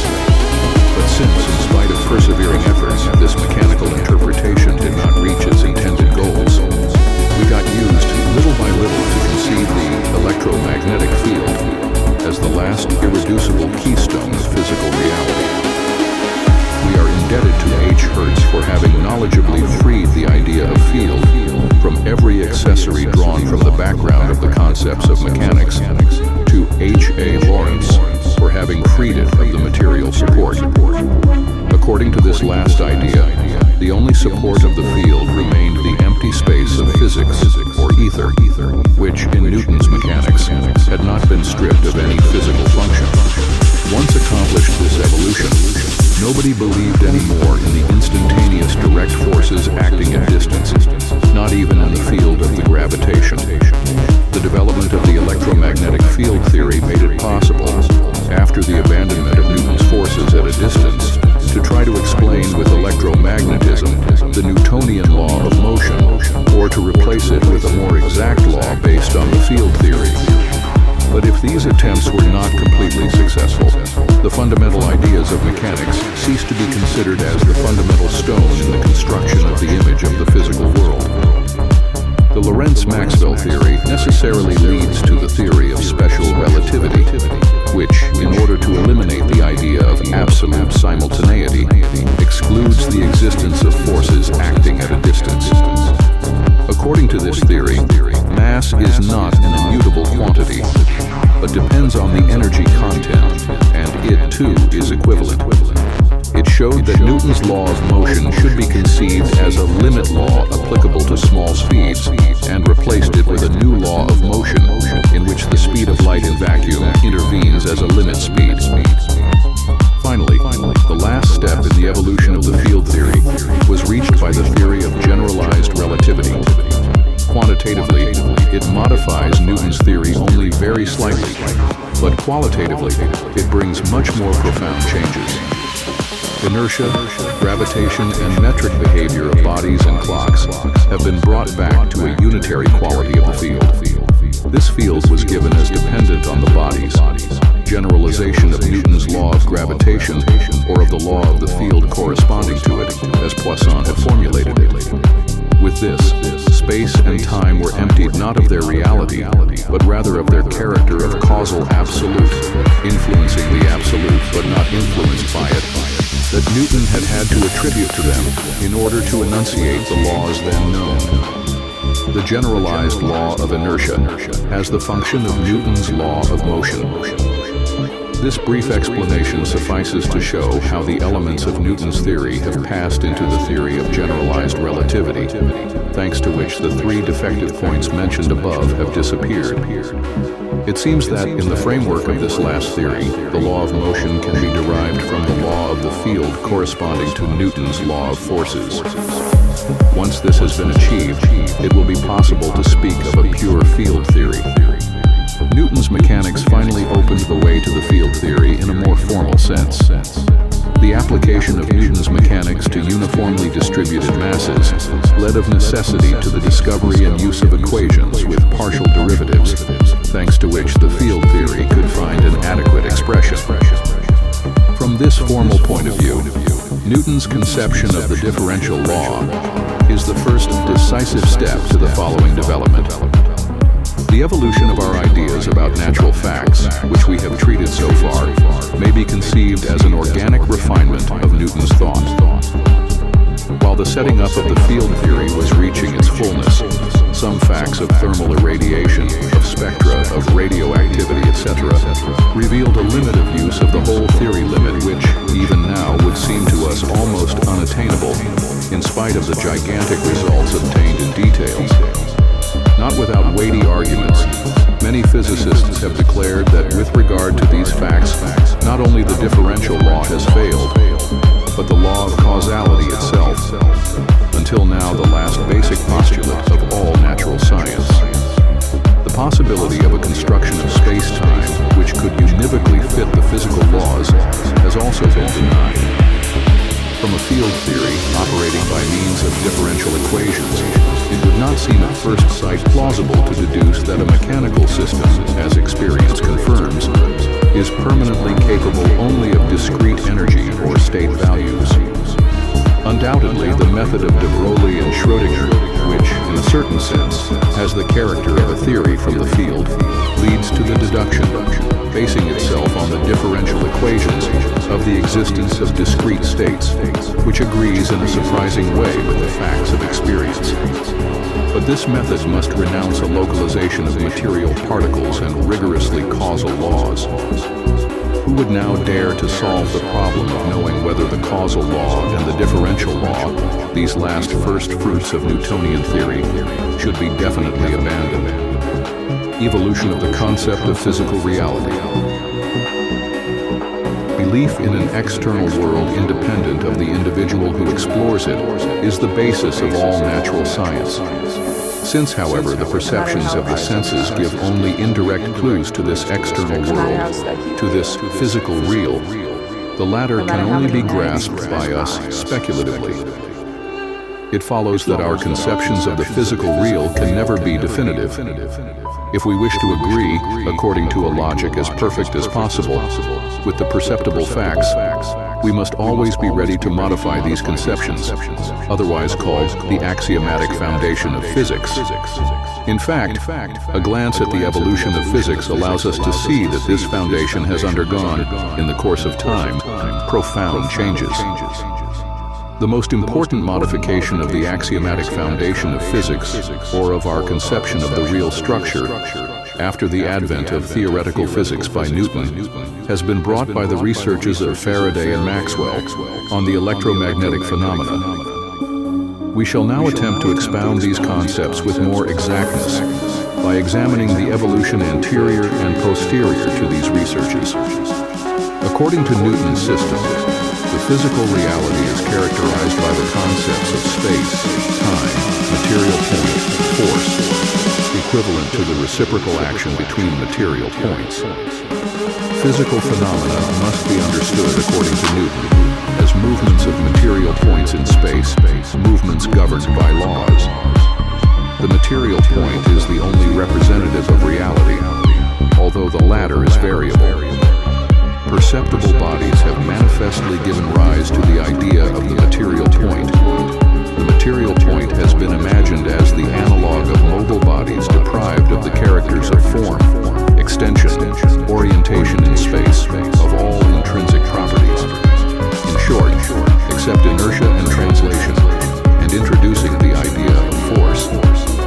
These material bodies, which psychologically provoke the formation of the concept material point, had therefore in turn to be considered systems of material points. Note that this theoretical system is, in its essence, an atomic and mechanical system. Every fact had to be conceived as purely mechanical, i.e., simple motion of material points subject to Newton's law of motion. The least satisfactory point of this theoretical system, apart from the difficulty again discussed in recent times of absolute space, was to be found above all in the theory of light, which Newton, consequently himself, conceived to be equally constituted of material points. But already at this time, the following question burned the lips. What happens to the material points constituting light when it is absorbed? Not to mention that it is very difficult for the mind to consider material points of such different natures as those which must be admitted to represent ponderable substances on either side. To this were later added electric corpuscles as a third species of material points with fundamentally different properties. Finally, the basis still presented a weak point. It is necessary to admit in a completely hypothetical and arbitrary way the forces of reciprocal action determining the becoming. Nevertheless, this conception of the real was strongly fruitful. How could it happen that it was thought to abandon it? In order to give a mathematical form to his system, Newton had necessarily to resort to the idea of derivatives and to establish the laws of motion in the form of total differential equations. This is perhaps the greatest step forward that ever taken by a man in the domain of thought. Partial differential equations were not necessary, and Newton made no methodical use of them. But the partial differential equations were indispensable in formulating the mechanics of deformable bodies. This is due to the fact that in these problems, the conception of such bodies as formed of material points had at first no function. But if the partial differential equation appeared as a servant in theoretical physics, it gradually took a dominant place there. This began in the 19th century when, under the pressure of observed facts, the undulatory theory of light imposed it. Light in empty space was conceived as a phenomenon of vibration of the ether, and it necessarily seemed idle to regard the latter as a conglomerate of material points. Here, for the first time, the partial differential equation was considered as the natural expression of the elementary phenomena of physics. It was thus that the continuous field intervened in a particular field of theoretical physics, close to the material point to represent the physical real. This dualism has not disappeared to this day, however embarrassing it may seem to any systematic mind. But if the idea of physical reality had ceased to be purely atomic, it continued at first to be purely mechanical. An attempt was always made to interpret every fact as a movement of inert masses, and no other way of conceiving it could even be imagined. It was then that the great upheaval took place, to which the names of Faraday, Maxwell, and Hertz will remain forever linked. But it was Maxwell who had the lion's share in this revolution. He showed that what was then known about light and electromagnetic phenomena is represented by his well-known double system of partial differential equations, in which the electric field and the magnetic field intervene as dependent variables. Maxwell actually tried to give a basis to these equations, or to justify them by means of the ideas of mechanics. But he made use of several constructions of the kind and did not take any of them really seriously, so that his own differential equations appeared as the essential, and the forces of the field that appear in them as elementary entities not susceptible to be referred to anything else. At the end of the century, the conception of the electromagnetic field as an irreducible entity had already universally imposed itself, and the most serious theories did not give credit to the justification or the possibility of a Maxwell. On the other hand, efforts were also made to spy mechanical foundations for the equations of races with the field theory, and with the help of Maxwell's theory, material points and their inertia. But these efforts were not, in the end, successful, if, neglecting the particular important results that Maxwell's work has obtained in the principal domains of physics, we bring more especially the attention on the changes that they have made undergo to the conception of the nature of the physical reality. Here is what we can say. Before Maxwell, we imagined the physical reality as representing the phenomena of nature, as material points whose modifications consist only in movements regulated by partial differential equations. After Maxwell, physical reality was conceived as represented by continuous fields, not mechanically explainable, regulated by partial differential equations. This change in the conception of reality is the deepest and most fruitful change that physics has undergone since Newton. But it must also be confessed that for the time being, it has not been reached at all the definitive realization of the phased program. The physical systems subsequently established, which have been crowned with success, constitute rather compromises between the two programs, and just for their character of compromise, they carry the mark of the provisional and of the logically imperfect, although each of them has realized great progresses. We must first mention Lorenz's electron theory, in which the field and the electric corpuscles intervene jointly as elements of equal value in the conception of reality. Then came the theory of restricted and generalized relativity, which, although founded entirely on considerations of field theory, could not so far avoid the independent intervention of material points and total differential equations. The last creation, extremely fertile, of the theoretical physics, the mechanics of the quanta, absolutely departs, in its principle, from the two programs to which, for simplicity, we will give the name of program of Newton and program of Maxwell. In fact, the quantities that appear in the laws of the new theory do not pretend to represent the physical reality itself, but only the probabilities of intervention of the physical reality considered.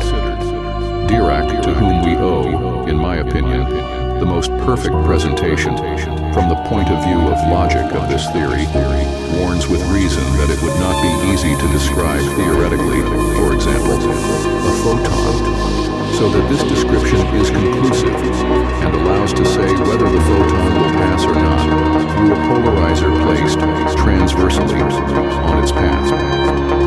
Nevertheless, I am inclined to think that the physicists will not be satisfied for a long time with such an indirect description of reality, even if it should be reached to conciliate in a satisfactory way the theory with the postulate of the generalized relativity. In this case, it will be necessary well to try to realize again this program that it is right to call Maxwell's program. The description of the physical reality by means of fields that satisfy the partial differential equations free from singularities. Characters of the theory of relativity. In considering the specific nature of the theory of relativity, I would like to emphasize that this theory is not of speculative origin, but that its discovery is due completely and solely to the desire to adapt, as best as possible, the physical theory to the observed facts. This is not a revolutionary act, but the natural evolution of a line followed for centuries. It is not lightheartedly that certain ideas, hitherto considered as fundamental about space, time, and motion, have been abandoned, which has been imposed solely by the observation of certain facts.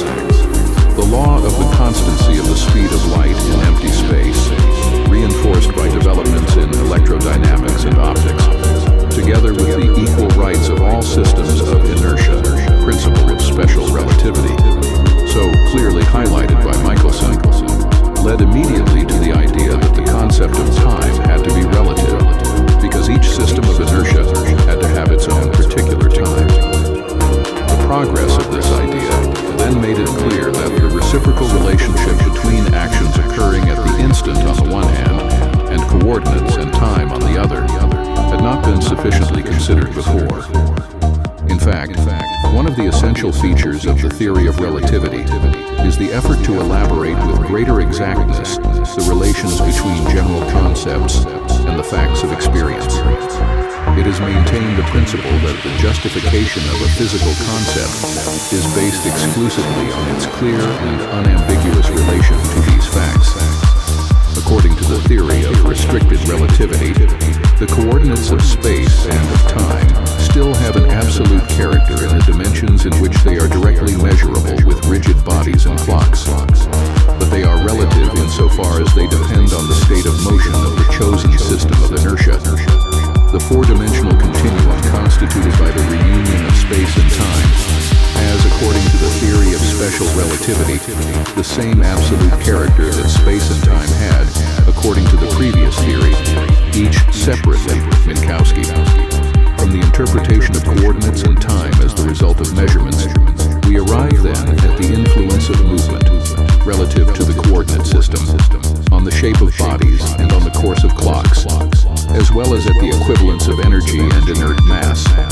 The theory of generalized relativity owes its creation, in the first place, to the numerical equality, ascertained by experience, of the inert mass and the heavy mass of bodies, a fundamental fact to which classical mechanics had not given any interpretation. We arrive at this interpretation by extending the principle of relativity to coordinate systems having a relative acceleration with respect to each other. The introduction of coordinate systems with a negative acceleration in relation to the systems of inertia necessarily leads to the appearance of gravitation fields relative to the latter. It results consequently that the theory of general relativity based on the equality of inertia and weight gives origin to a theory of the field of gravitation.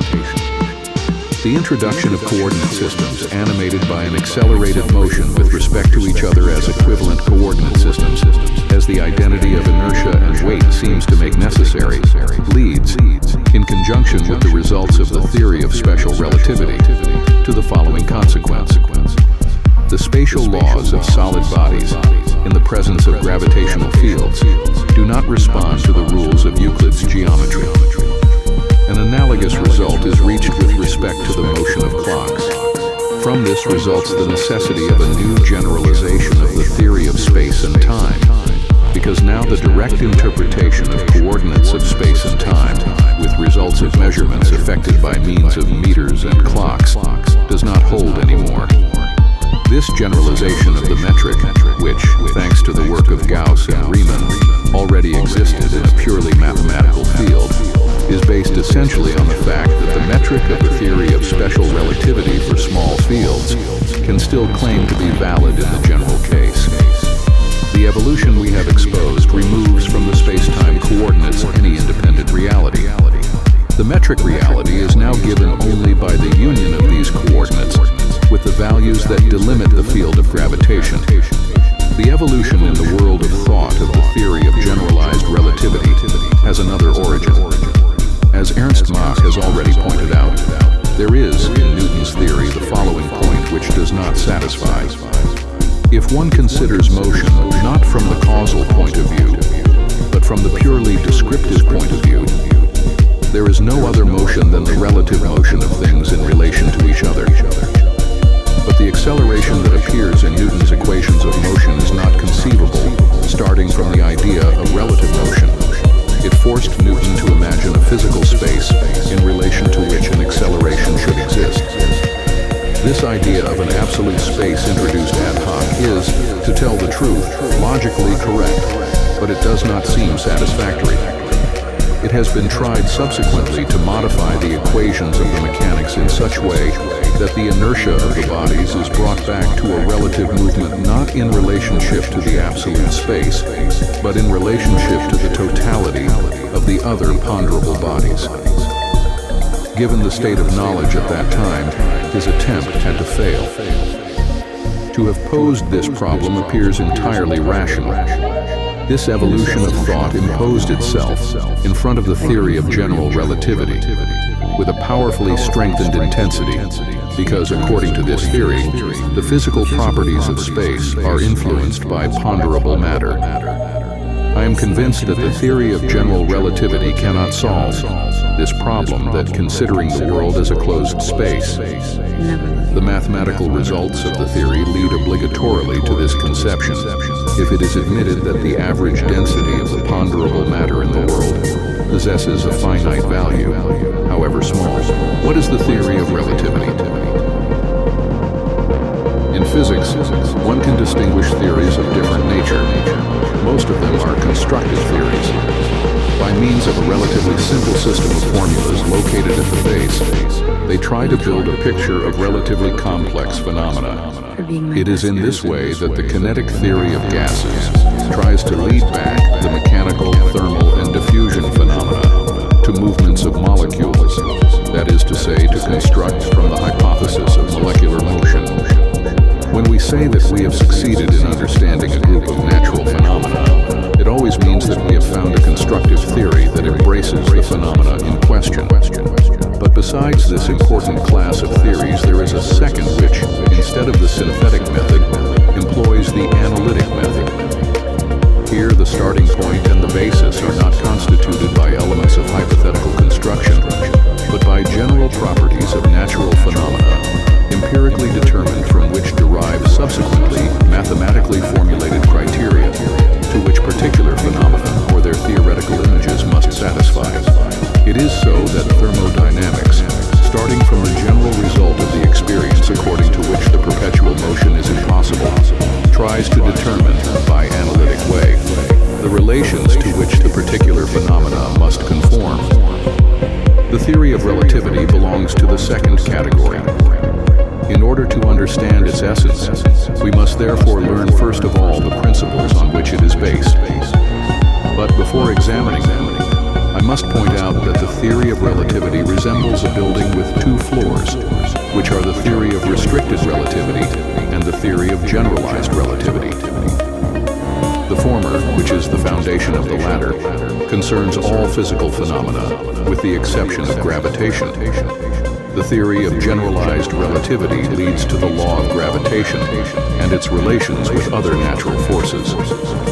Since Greek antiquity, it has been well known that to describe the movement of a body, it is necessary to resort to the movement of another body, to which the movement of the first refers.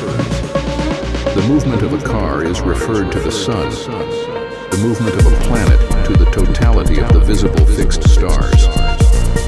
In physics, the bodies to which the phenomena refer spatially are indicated by the name of coordinate systems. The laws of mechanics of Galileo and Newton can only be formulated using a system of coordinates. But in order for the laws of mechanics to be valid, the state of motion of the coordinate system cannot be chosen at will. It must be rotationless and accelerationless. An admissible coordinate system in mechanics is called an inertia system. However, the state of motion of a system of inertia is not, according to mechanics, clearly determined by nature. Rather, we must say, a coordinate system which moves in a straight line and with uniform motion relative to a system of inertia is also a system of inertia. By principle of restricted relativity is meant the extension of this proposition to any natural phenomenon. Every general law of nature, valid for a coordinate system, must be valid without change for a coordinate system, cool animated by a uniform motion of translation in relation to k. The second principle on which the theory of special relativity is based is the principle of the constancy of the speed of light in vacuum. This principle says, light always has, in a vacuum, a well-determined scattering speed, regardless of the state of motion and the light source. The credit given to this principle by the physicist is due to the successes of Lorentz's and Maxwell's electrodynamics. The two enunciated principles are powerfully supported by the experience, but they don't seem logically compatible among them. The theory of the restricted relativity has come finally to realize this logical union, modifying the kinematics. That is the doctrine of the laws concerning the space and the time, starting from the physical point of view. It has shown this. To say that two events are simultaneous has no meaning except in relation to a system of coordinates. And it is evident that the shape of the meters and the running of the clocks must depend on their state of motion in relation to the system of coordinates. But the ancient physics, including the laws of Galileo and Newton, did not adapt itself to this relativistic kinematics of which we have now spoken. From the latter descended the general mathematical conditions to which the natural laws had to correspond, if the two general principles enunciated were true. Physics had to adapt itself to them. In particular, a new law of motion was arrived at for rapidly moving material points, which was also verified exactly on electrically charged particles. The most important result of the theory of special relativity concerned the inert masses of a system of bodies. It was shown that the inertia of a system must depend on its energy content, and it was arrived, so to speak, at the conception that inert masses are nothing but latent energy. The principle of conservation of mass has lost its autonomy. It has merged with that of conservation of energy. The theory of special relativity, which is nothing else than the systematic prolongation of the coordinates introduced by us, and with their state of motion, opened new ways overcoming its own limits. Was not the independence of the physical laws in relation to the state of motion of the coordinate systems limited to the uniform motions of translation of the coordinate systems in relation to each other? What then has nature to do with the coordinate systems introduced by us and their state of motion? Even if it is necessary in order to describe nature to employ a coordinate system chosen at our pleasure, the choice of its state of motion should not, at least, be subject to no limitations whatsoever. The laws should be absolutely independent of this choice, principle of generalized relativity. The application of this principle of generalized relativity can be easily understood through an experience known for a long time, according to which the weight and the inertia of a body are governed by the same constant, equality of the heavy and inert masses. Let us imagine, for example, a coordinate system animated by a uniform rotational motion relative to a system of inertia in the Newtonian sense. The centrifugal forces that intervene relative to this system must be conceived, according to Newton's theory, as effects of the inertia. But these centrifugal forces are proportional to the mass of the bodies, exactly as the forces of gravity. Would it not be possible, under certain circumstances, to conceive the coordinate system as immobile and the centrifugal forces as gravitational forces? It is easy to conceive, but classical mechanics opposes it. This consideration made incidentally makes us present that a generalized theory of relativity must provide us with the laws of gravitation and the logical continuity of the idea to justify this hope. But the path was harder than could be foreseen because it demanded the abandonment of Euclid's geometry, which means the laws according to which solid bodies arrange themselves in space do not agree exactly with the spatial laws of Euclidean geometry.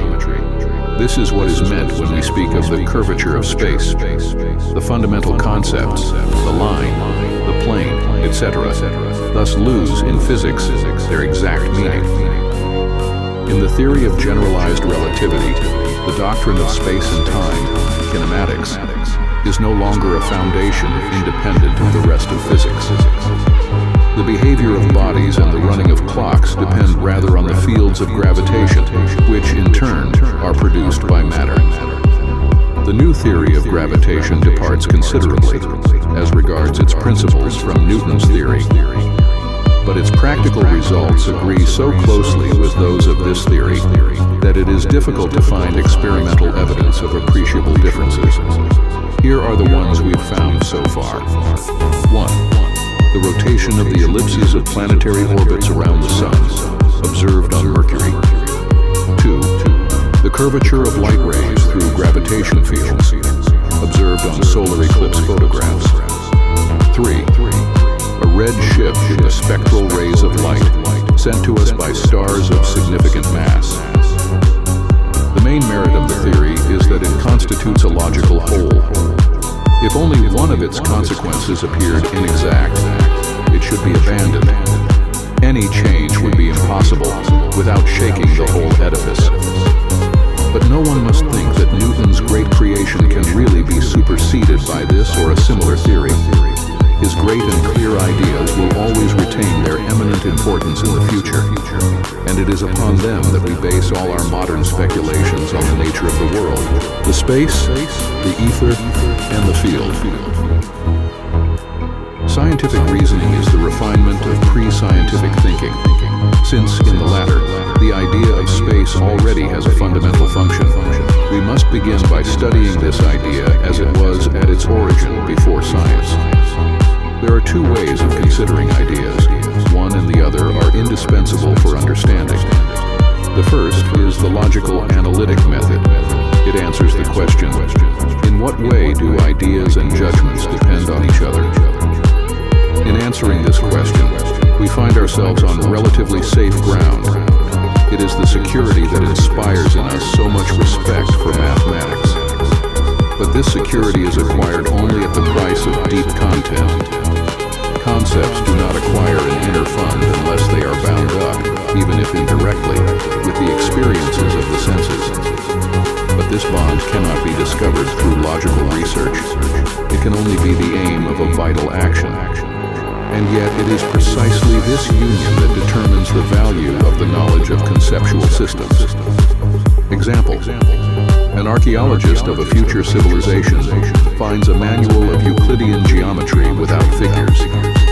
He will understand well in what way the words point, line, plane are used in the theorems. He will also realize the process of deduction of these theorems from each other, and will also be able to establish new theorems according to the known rules.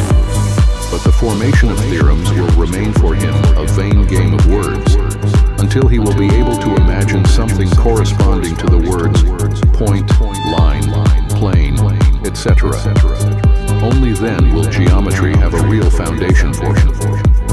The same thing will happen with analytical mechanics and in general with the logical deductive sciences. What do we mean by the expression to be able to imagine something with respect to the words point, line, intersection, etc.? It means to represent the content of experience to which these words correspond. This problem outside of logic constitutes the problem of real existence, which the archaeologist will only be able to solve through intuition, by classifying and examining his own experiences to see if he can discover anything in them that corresponds to those primitive words of the theory and to the axioms for which they were established. Only in this case can he rationally pose the question of the existence of a thing represented in the abstract.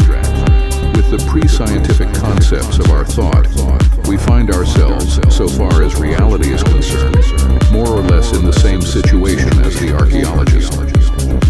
We have, as it were, forgotten what features of the world of experience led us to the formation of these ideas, and we have considerable difficulty in depicting the world of vital perceptions without the spectacles of abstract interpretation to which we have long been accustomed. There is also the difficulty that our language must make use of words inextricably bound up with these primitive ideas. Such are the obstacles which bar our way when we wish to expound the reality of the prescientific idea of space. Before dealing with the problem of space, let us make a preliminary statement about ideas in general. Ideas refer to sense experiences, but can never be logically derived from them. For this reason, I have never been able to understand the question of the a priori in Kant's sense. In questions of reality, it can never be but a matter of one thing, namely of seeking the characters of the complex of sense experiences to which the ideas refer. As far as the idea of space is concerned, that of the corporeal object would seem to have to precede it. The formation of the complexes and impressions of the senses which may have given rise to this idea has often been described. The correspondence of certain impressions of touch and sight, the possibility of a continuous succession in time, and a repetition of the sensations, touch, sight, whenever we wish, constitute some of these characteristics. If we have arrived, with the help of such precise experiences, at the idea of a corporeal object, which idea does not suppose at all the relation of space and time, the necessity of creating by thought the reciprocal relations between corporeal objects of this nature must inevitably give rise to ideas corresponding to their relations of space. Two bodies can touch each other or be separated. In the latter case, it is possible, without changing them at all, to place a third body between them. In the former, it is impossible. These relations of space are as manifestly real as the bodies themselves. If two bodies are equivalent to fill an interval of this kind, they are equally equivalent to fill another interval. The interval is therefore independent of the specific choice of the body intended to fill it, and this applies in general to the relations of space. It is evident that this independence, which is a prejudicial condition of the usefulness of the formation of purely geometrical ideas, is not an a priori necessity. It seems to me that above all, this idea of the interval, inferred from the special choice of the body destined to fill it, constitutes the starting point of the idea of space. According to these brief reflections, the development of the idea of space, considered from the point of view of sense experience, seems to be represented by the following scheme. Corporeal object, relation of position of corporeal objects, interval, space. From this point of view, something as real as bodily objects appears. It is clear that in the world of ideas, outside science, the idea of space existed as a concept of a real thing, but Euclid's mathematics did not know this idea as such, and made up for it by using the ideas of thing, of relations between things, only as auxiliary ideas. The point, the plane, the line, the distance are idealized corporeal objects. All relations of position are reduced to relations of contact, intersections of lines, planes, positions of points on lines, etc. In this concept, space as a continuum does not appear. It was Descartes who first introduced this concept by describing point space by means of its coordinates. Only then do we see geometric forms appear as portions of infinite space, conceived as continuous in 3 dimensions. The great superiority of Cartesian theory does not consist only in the fact of having placed analysis at the service of geometry. In my opinion, the capital point is this. The geometry of the Greeks gives preference to certain forms, line, plane. Others, for example the ellipse, are not accessible to it except insofar as they are constructed or defined with the help of forms such as the point, the line, and the plane. In contrast, in the Cartesian doctrine, all surfaces, for example, are equivalent in principle, and preference in geometrical construction is deliberately not given to linear form. If we consider geometry as the doctrine of the laws of the reciprocal position of practically rigid bodies, this science must be considered the most ancient branch of physics. It was able to develop, as we have already pointed out, without the idea of space as space, since it was content with ideal forms, bodies, points, lines, planes, distances. By contrast, Newton's physics necessarily needed space as a whole in Descartes' sense, because the concepts of material point, of distance between material points, varying with time, were not sufficient for dynamics. In particular, in Newton's equations of motion, the concept of acceleration has a fundamental part that cannot be defined solely by the distances between time-varying points. Newton's acceleration cannot be conceived or defined as acceleration in relation to the spatial whole. To the geometric reality of the concept of space, a new function of space that determines inertia is therefore added. When Newton affirmed that space is absolute, he was probably aiming at this real meaning of space, which for him implied the necessity of a well-defined state of movement, however not entirely determined by the phenomena of mechanics. On the other hand, this space was conceived as absolute from another point of view. Its determining effect of inertia was considered as independent, i.e., it was not influenced by any physical circumstances. It acted on the masses, but inversely, nothing acted on it. And yet, in the consciousness of physicists, space, until recent times, remained exclusively as a passive vessel of all events, without participating in any way. It was necessary the undulatory theory of light and that of the electromagnetic field of Maxwell and Faraday to give a new direction to ideas. It became then manifest that, in the space deprived of material bodies, there are states propagated through undulations and localized fields susceptible to exercise dynamic actions on the electric masses or on the magnetic poles that are there. But since to the physicists of the 19th century, it seemed quite absurd to attribute to space itself physical functions or states they imagined on the model of ponderable matter, a medium that permeated all space and was the support of the luminous phenomena, the ether.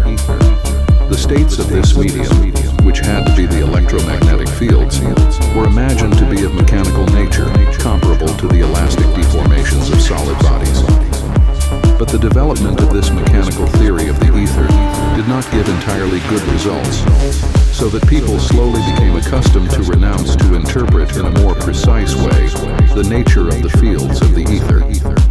It is so that the ether became a quid, whose only function consisted in serving as a support for electric fields that could not be further analyzed. The picture was consequently as follows. The ether fills space, and in the ether, material corpuscles, i.e. the atoms of ponderable matter, wander. The atomic structure of matter had already, at the beginning of the century, become a definitely acquired result. Since the reciprocal action of bodies had to take place through fields, there had to be also in the ether a field of gravitation. But the law of this field had not yet taken at this epoch a definite form. The ether was considered as the seat of all dynamic actions capable of making themselves felt at a distance through space, since it was recognized that electric masses in motion produced a magnetic field, of which the energy gave a model for the inertia. The inertia also as a field action, located in the ether. But it was above all in the mechanical properties of the ether that dark points were to be found. And it was then that the great discovery of H.A. Lorentz. All the phenomena of electromagnetism known until then were justified by two hypotheses. The ether is rigidly bound to space. That is, in essence, it cannot move. Electricity is rigidly bound to elementary particles in motion. We can now enunciate Lorentz's discovery in this way. Physical space and the ether are but two different expressions of one and the same thing. Fields are physical states of space. In fact, if one does not attribute to the ether any particular state of motion, there is no reason to make it appear next to space as an entity of special nature. But this way of seeing was still far from the thinking of physicists, because they considered space as something rigid, homogeneous, not susceptible of any change. Only the genius of Riemann, isolated and misunderstood, arrived, towards the middle of the last century, at the conception of a new idea of space which denied its rigidity and recognized as possible its participation in physical events. This creation of thought due to Riemann is all the more worthy of admiration because it was prior to the electric field theory of Faraday and Maxwell. Later came the theory of special relativity that recognized the physical equivalence of all inert systems, which demonstrated, together with electrodynamics or the law of light propagation, the indissolubility of space and time. Until then, it had been implicitly admitted that the four-dimensional continuum in the sphere of experience can objectively divide itself into space and time. That is, that the word now, in the world of facts, has an absolute meaning. The moment relativity had recognized its simultaneity. Space and time had merged into one indivisible continuum, just as before the three dimensions of space had merged into such a continuum. Physical space was thus completed by becoming a four-dimensional space that also included the dimension of time. The four-dimensional space of the theory of special relativity is just as rigid and absolute as Newton's space. The theory of relativity is a superb and peculiar example of the development of modern scientific thought. The fact is that non-unitary hypotheses become more and more abstract, more and more remote from experience. With the theory of relativity, it comes closest to the scientific aim par excellence, which is to embrace by logical deduction, by means of a minimum of hypotheses and axioms, a maximum of experimental content. In this way, the thought that, starting from the axioms, penetrates the content of the experiences or verifies its own conclusions, becomes more and more logical and subtle. In the search for theories, the theorist is forced to be guided more and more by purely mathematical formulations, because the experimental physicist as such cannot rise to these domains of the highest abstraction. In place of the predominantly inductive method of science, which corresponds to its youth, there appears groping, deduction. No matter how many nights you spend. But such a theoretical edifice must be extremely perfected down to the smallest details in order to lead to results comparable with those of experience. Undoubtedly, even here, the experimental fact is the omnipossible guide. But its verdict is only applicable on the basis of a powerful and delicate work, which has in the first place established the bonds between the axioms and the verifiable effects. And the theorist must perform this gigantic work with the clear consciousness that he is perhaps called upon to justify the death sentence of his theory. The theorist who undertakes this study is not to be blamed for being over-imaginative. On the contrary, his imagination must be proved. For, all things considered, there is no other way for him to arrive at his goal. In any case, it is not an imagination without design, but a research carried out in view of logically simpler possibilities and their consequences. This appeal to benevolence was necessary in order to better dispose the reader to follow with interest the concatenation of the ideas that follow. That is the course of the ideas that has led from the theory of the restricted relativity to the theory of the generalized relativity, and beyond the last step of this theory, to the theory of the unitary field. In this exposition, it is absolutely impossible for me to avoid altogether the use of mathematical symbols. Let's start with special relativity. This too is directly based on an empirical law of the constancy of the speed of light. Let P be a point in vacuum, P a point whose distance from P, d, is infinitely small. Let us admit that a light emission starts from P at the instant t and arrives at P in the time t plus dt. It is then had ds c2 to dt2 b dx1 dx2 dx3, the orthogonal projections of ds. If we introduce the imaginary time coordinate ct 1 twerce or x4, the law of constancy of light propagation takes shape. ds2 plus dx12 plus dx22 plus dx33 plus d4 by 0. Since this formula expresses a real meaning, one must attribute to dA a real meaning. Even in the case in which the neighboring points of the four-dimensional continuum are chosen in such a way that the corresponding ds does not cancel, this is expressed approximately as follows. The four-dimensional space with the imaginary coordinate of time of the theory of special relativity has a Euclidean metric. This is how we explain that this metric is Euclidean. Introducing such a metric in a three-dimensional continuum leads to referring to the axioms of Euclid's geometry. In this case, the equation expressing the metric is none other than Pythagoras' theorem applied to coordinate differentials. In the theory of special relativity, one can make the coordinates undergo, by means of a transformation, modifications of such a nature that the value ds, fundamental constant, is also expressed in the new differentials of coordinates with the sum of squares. These transformations are called Lorentz transformations. The heuristic method employed by the theory of special relativity is characterized by the following proposition. In order to express natural laws, one must admit only equations whose form does not vary when the coordinates are changed by means of a Lorentz transformation, covariance of equations with respect to Lorentz transformations. It is thanks to this method that the unavoidable link between impulse and energy, between magnetic and electric field strengths, between electrostatic and electrodynamic forces, between inert mass and energy was known. With this fact, the number of independent notions and fundamental equations of physics was decreased. This method has exceeded its own limits. Is it true that the equations of natural laws are covariant only with respect to Lorentz transformations and not with respect to other transformations? Put in these terms, the question has, to tell the truth, no sense, because every system of equations can be expressed with general coordinates. We must put it this way.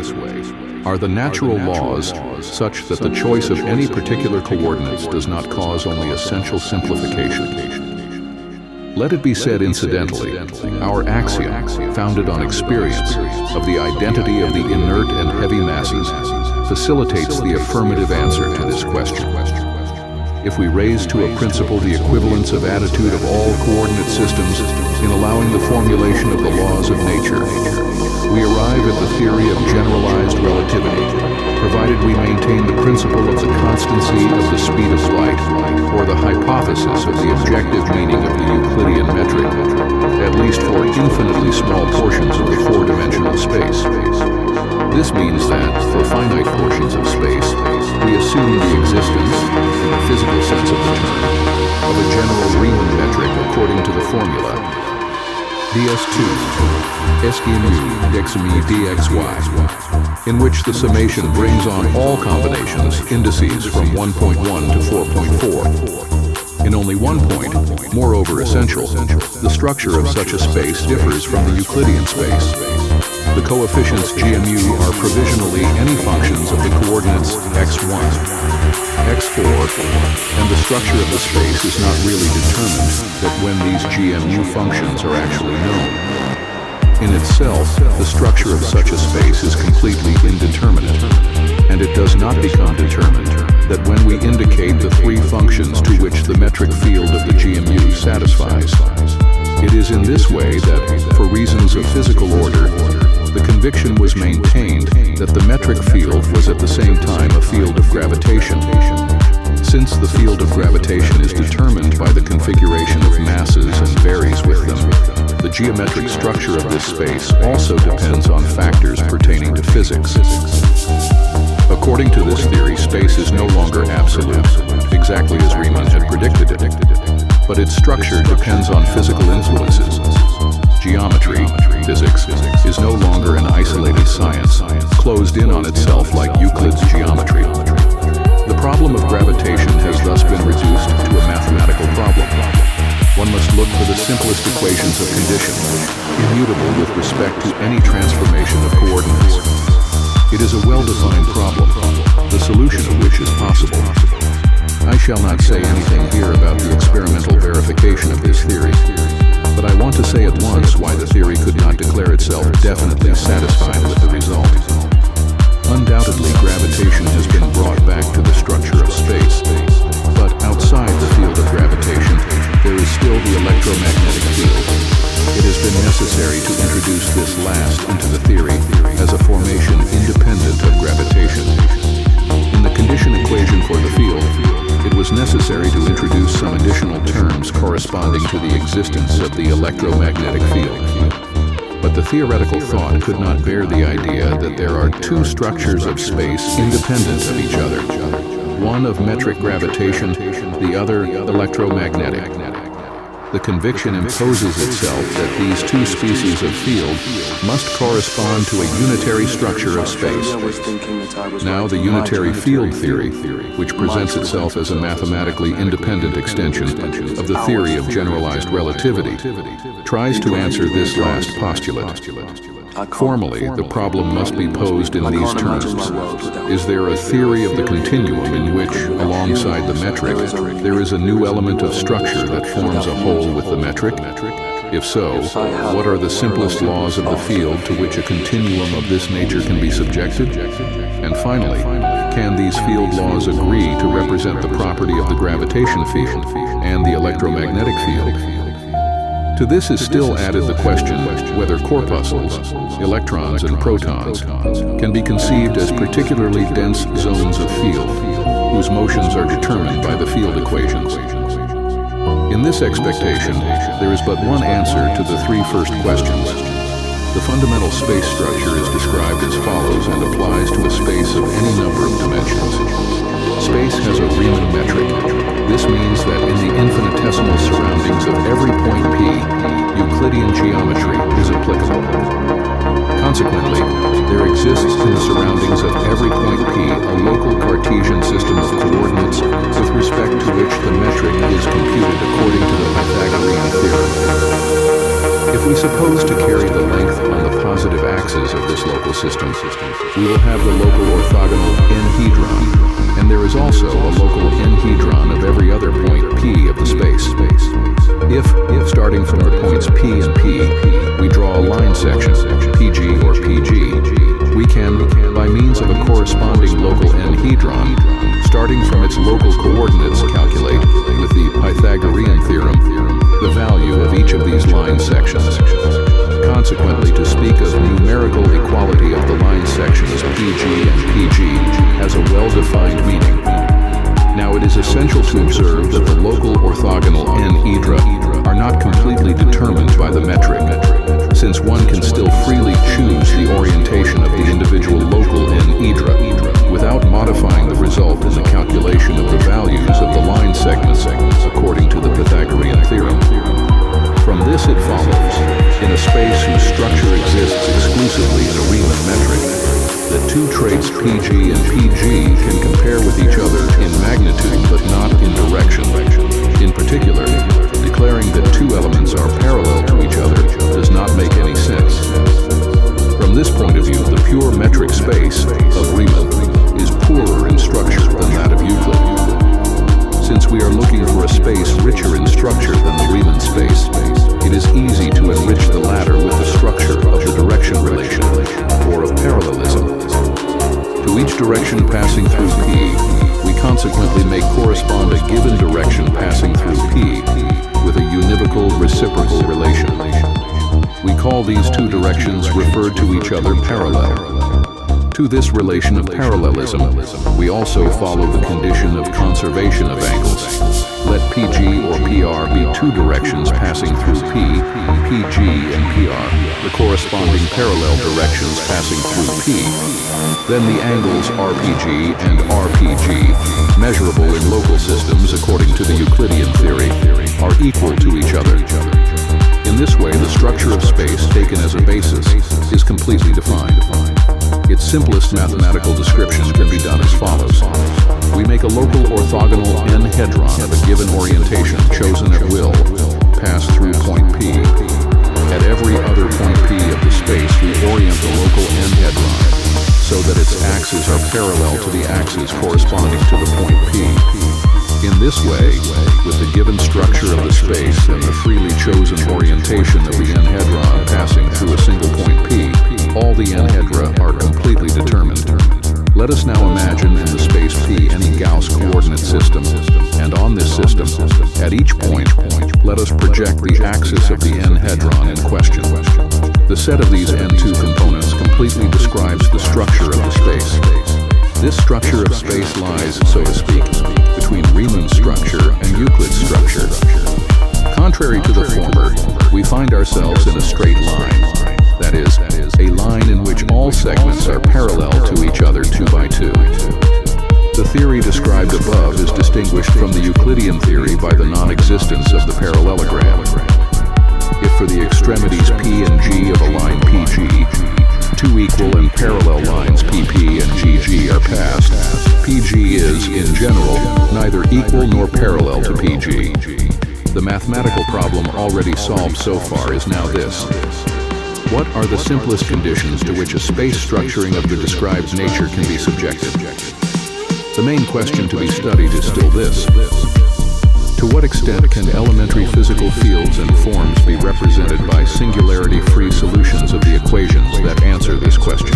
Origin of the theory of generalized relativity. Some historical information about my scientific work. It is not that I unduly overestimate the importance of my effort, but to describe the history of the work of others supposes an investigation into the thought of others, which is rather the task of personalities exercised in historical work, while to give explanations of one's own previous thoughts would seem incomparably easier. One is here in a far more favorable situation, and one must not, out of modesty, let the opportunity pass. When, with the theory of special relativity, the equivalence of all the systems of inertia was obtained to formulate the laws of nature, 1905, the problem of knowing if there was a more extended equivalence among the coordinate systems arose almost spontaneously. In other words, if we can only attribute a relative meaning to the idea of velocity, should we nevertheless insist on considering acceleration as an absolute concept? Starting from a purely kinematic point of view, the relativity of any movements could certainly not be doubted, but physically a special importance seemed to have to be attributed to the system of inertia. And this privileged significance made the use of coordinate systems moving in a different way seem artificial. Doubtless I was familiar with Mach's conception, according to which it seemed reasonable to suppose that the resistance of inertia did not oppose an acceleration in itself, but an acceleration referred to the masses of the other bodies in the world. This idea exercised on my mind I know not what fascination, but it offered me no useful principle for a new theory. I first made a step towards the solution of the problem when I tried to consider the law of gravitation in the framework of the theory of special relativity. Like most of the authors of this epoch, I tried to establish a field law for gravitation, since it was no longer possible, after the suppression of the idea of absolute simultaneity, to introduce an immediate action at a distance, or at least it was no longer possible in any natural way. The simplest thing was, of course, to maintain Laplace's scalar potential of gravitation and to complete Poisson's equation in a way easy to conceive, with a term differentiated in relation to time, so that the law of special relativity was given satisfaction. It was also necessary to adapt to this theory the law of motion of the material point in the field of gravitation. For this, the way to follow was less clearly indicated, because the inert mass of a body could depend on the potential of gravitation.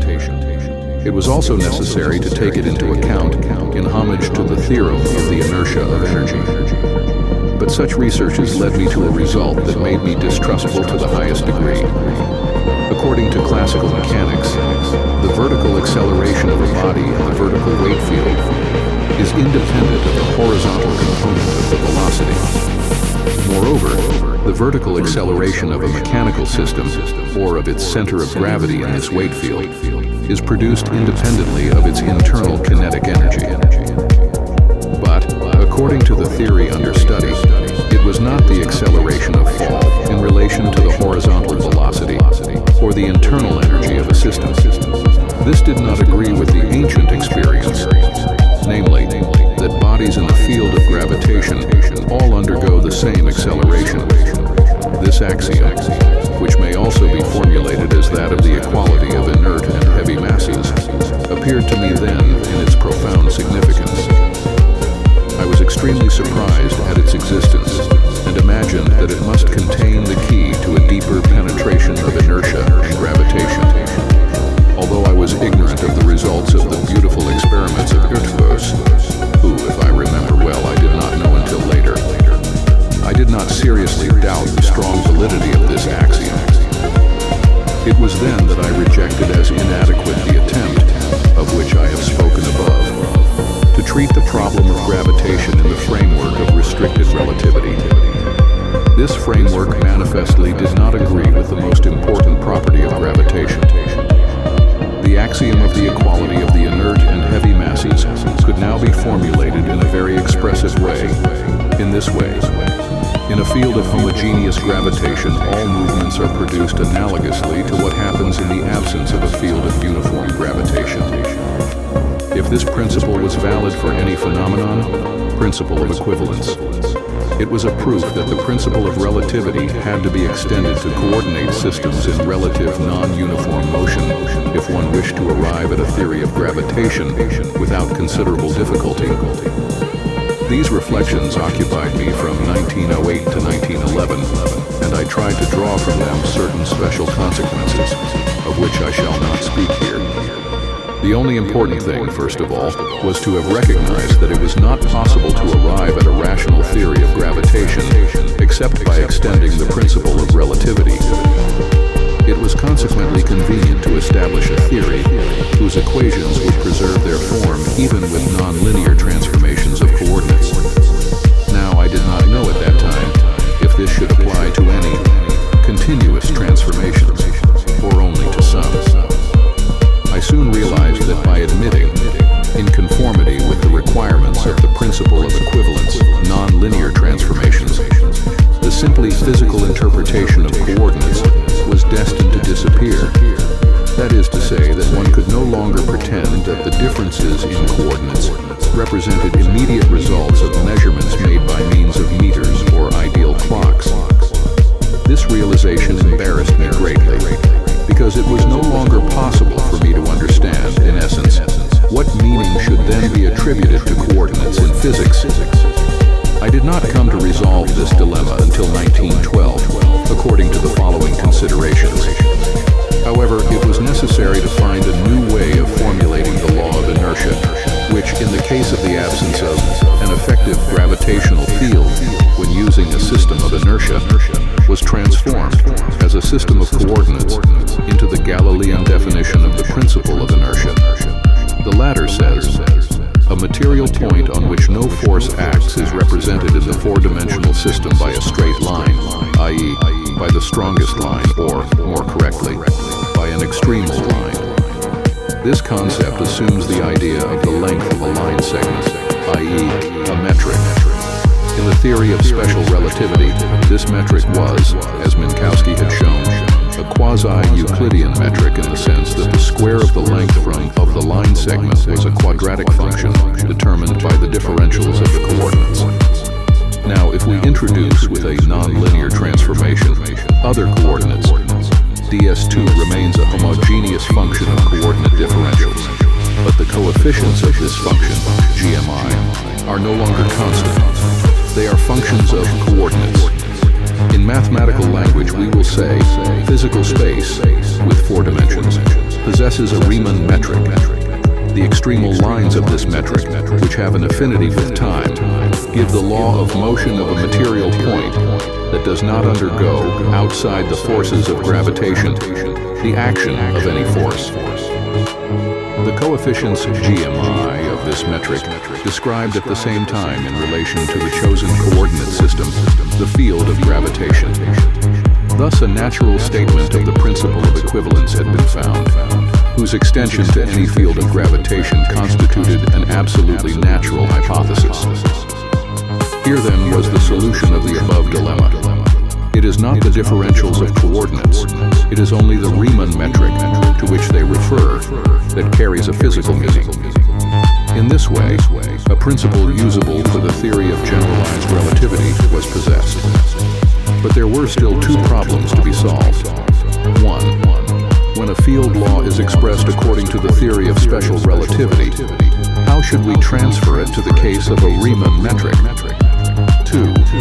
How to state the differential laws that determine the metric itself, i.e. the GMI of Riemann. I worked on these problems from 1912 to 1914 with my friend Grossman. We found that the mathematical procedures for solving problem 1 could be found stated in the infinitesimal differential calculus of Ricci and Levi-Civita. To solve problem 2, the invariable differential second-order forms of GME were manifestly needed. We soon saw that these had already been established by Riemann. 2 years before the publication of the theory of general relativity, we had already considered the correct equations of gravitation, but we could not face their use from the physical point of view. I thought I knew, on the contrary, that they could not agree with experience.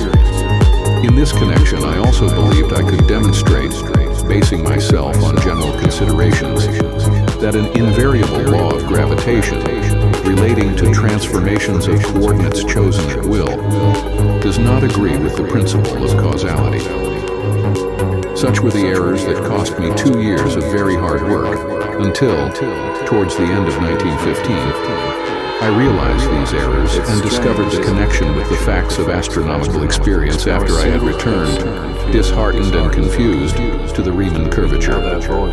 Enlightened by the knowledge already gathered, the happily attained goal appeared almost evident, and every intelligent scholar understood it without much effort. But these researches, full of forebodings, pursued in the shadows for long years that ardent desire to attain the goal, those alternatives of confidence and weariness, that sudden burst of luminous truth. All this, in short, can only be truly known by the one who has experienced it.